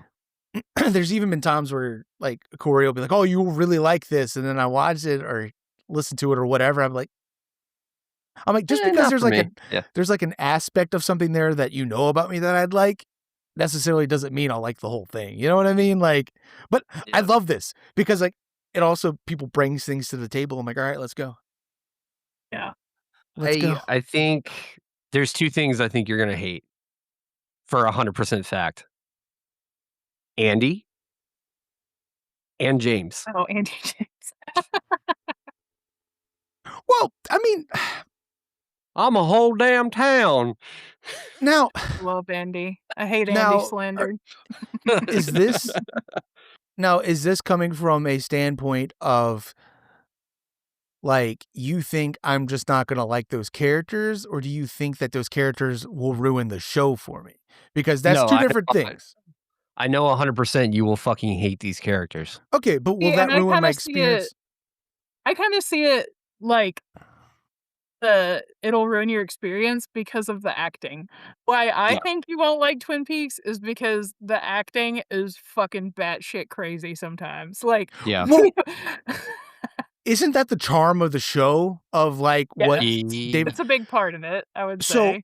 as long as that is like a big part and that's how it's supposed to be, and me going in knowing like, okay, that's like his style of, what he's going for, then I could be okay with it. Granted, like if this was just some show where somebody's like, what was it? They tried doing the Mist TV show, I think, and that shit was just atrocious. Like I went in because I love the movie and the show was just ass.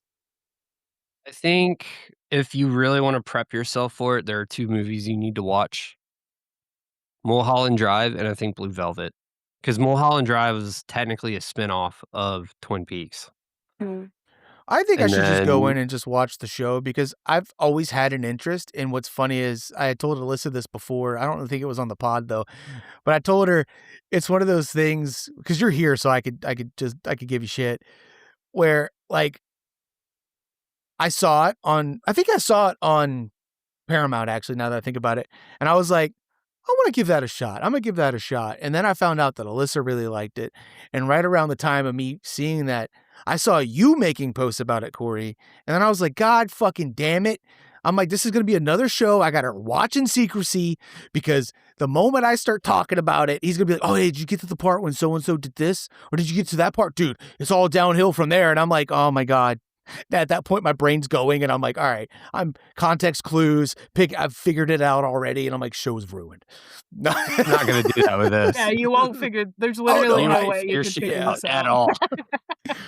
I mean, I remember me and every time I would watch an episode, I'd message Alyssa and be like, "Is it this guy? Is it this guy?" And then lo and behold, it's like it's a twig. It could be fucking anything. I will check it out, because I feel like this might be one of those where it's like, this might not be your thing, but because it's weird and it is David Lynch and he doing weird shit or unpredictable shit is kind of his thing, I guess, right? Like, just not absurd, but yeah, you get what I'm saying. Yeah. I think I might like it because since it's in his wheelhouse and that's what he does, he's honed in on something, so he knows how to make it work. Yeah. Definitely. Definitely. But yeah, so Make it's sure to watch the pilot. I know sometimes they'll just have like episode 1 on things, but there's a pilot. Okay, sweet. Yep. Yep. It's an hour and a half, right? Yeah. it's an hour and a half, and then every length. episode is 46 minutes. Oh, okay. Wow, the first season's not that long. Okay, I should be able to. I'll do this for you guys. I will watch this. I'll let you know when I finish it. Or through. But huh? You got to power through the pilot. It's fine. I'll Yeah, I watch it. I love don't the care. pilot. Bro, What? I sat through Ice Cream Man, dude. Come on.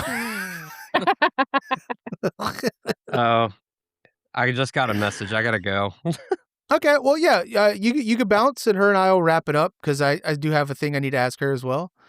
Oh my God. I'm gonna text I'm her. sorry, Lady Dick Rash. Just so you know, it was D-Rock. It wasn't me. Yeah, okay. Mind your damn business. I'm gonna send you a gift, Lady Dick Rash. I'm sorry. No, you're good. All right, guys. Well, it was good seeing you, Alyssa, You in too. person. Kind of. Derek, I will see you Saturday, you bitch. Thank At you some so point. much for being on and No, talking thank with us you. about everything. It was a good Definitely. conversation. True. Anytime. Hell yeah. If you guys need me This to was come fun. She This just was said fun. ratted to your bitch. Shame. Anyway, yeah, man, it's good having you on again, dude. I love you guys. Thank y'all so much. No Thanks problem, for being dude. on. Yep, love you Yeah. too, man. Bye. Bye. Enjoy the movie. Let me know how it is. Oh, I definitely will. Awesome. Bye, y'all. Bye. All right, now that the fuck face is gone, I'm just joking. So, before we end the show out, do you want to do the random number generator, or have you Oh not? shit! Yeah. Let me grab my phone and I'll log in. All right, so I'm sharing my screen real fast with you so you can see the number generator. So how are we going to do this? We're just going to do one from each thing? That's fine with me. Okay, cool. Like we pick, whatever number comes up and we go from our. All right, dope. All right, so let me pull up my list. I'm on my phone, so depending on what number we get, it may take me a second to figure out which one that is. Yeah, you're good. I just remembered we were going to have to, I'm going to have to get on the desktop to do that, depending on the number, yeah. All right, also, if you put shows on your list, you can skip to the next number down, okay? Because I put like Tales from the Crypt on mine, and I think like some other small series on there. All right, and here we go. Number 11. Exciting. Ooh, number 11. Oh, I just noticed that you made a fucking custom thing. This looks good. Yeah, I did it on Canva. They had like a code thing, and it's like, so I was like, okay. All right, so 1, 2, 3.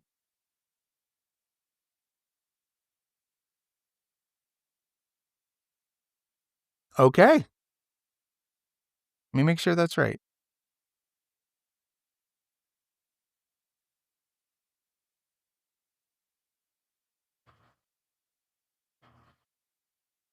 Okay, yep. All right, I got mine. What did you get? Mine is The Super Deep. It is this Russian-made horror movie. It's a body horror film. I saw a trailer for it years ago, and I never saw anything about it again, and the movie looked fucking crazy. So the premise is, in 1984, a Russian research team go below the surface to find out what secret the world's deepest borehole was hiding. So do you know about like the world's Oh, deepest hole that actually exists on the no. planet? Yeah. So What's that? what the fuck's it called? Give me a second. So pretty much I feel like it's very like akin to the Thing. They bring something up back up. Shit goes crazy. It's all in Russian, so it's a foreign film, so yay. But it looks like it's an hour and 55. Oh, mhm. And what is it called? You can say yours right now while I'm looking this up because I don't want to hold us up too long. Oh, no problem. 3 wasn't like a super hard med. It was estimate. Don't mind waiting for it.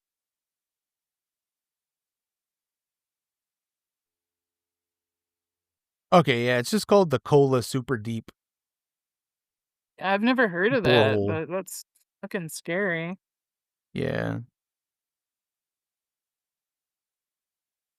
Thought it had a different name, but yeah. So this movie looks really cool. Sounds interesting. It's very sci-fi. Can't wait to watch it.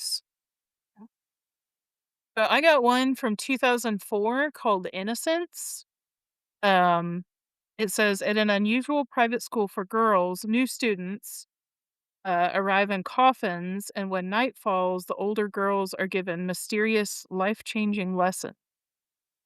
Oh. I had never heard of this one. I picked it honestly solely based off of the cover because it's like a bunch of kids kind of playing in the woods, and there's one that looks like they're kind of levitating. So I thought that Yeah. looked interesting.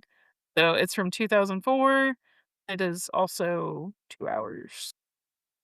Hell yeah. Oh, Yeah. interesting. Okay. I'm looking at the cover you're talking about now. Oh. Are, are they levitating or are they on a swing? Oh, I'm looking on my phone, so I thought it was levitating, but it could be I think I'm looking at it on my phone too. It's a something. pixelated image, but it looks like it's like some rope. It looks poorly photoshopped, so Oh. that's just me. That's Anyway, just it me drew being a me weirdo. in. Yeah. Well, let me know how that is. So yours is from 2004. Mine is from Oh, don't play the movie. Is for They don't have the year on here. I thought, why don't they have the year on here? It's like 2020 something. Super Deep release date. 2020. November 4th, 2020 is when it came out. Okay. Yep. So Yours is current. I will watch that as soon as I can. Maybe over the next day or so, because Okay. little man's off of school tomorrow, so Oh, maybe I could watch nice. it tonight. And if Deal. we do record Tuesday, we could talk about it. If we can't, just let me know, and then yeah, Yeah, we'll figure it out. I don't think I'll be able to watch mine before then, but yeah, you could always watch yours. Figure it out. Yeah. Yeah, sounds good. But yeah, so this might be a double episode this week. This might not. We'll see. If this Yeah. is just for Friday, cool. Whatever. You'll get one this week. It's really fucking long. It's 3 hours and 15 minutes. It's the Holy longest episode, shit. but it was a Wow. good time. Good time. It was for And sure. you don't seem burnt out, which is cool. So that's good. No, yeah, I felt good about it. I feel like I could talk about that movie forever, and yeah, Yeah.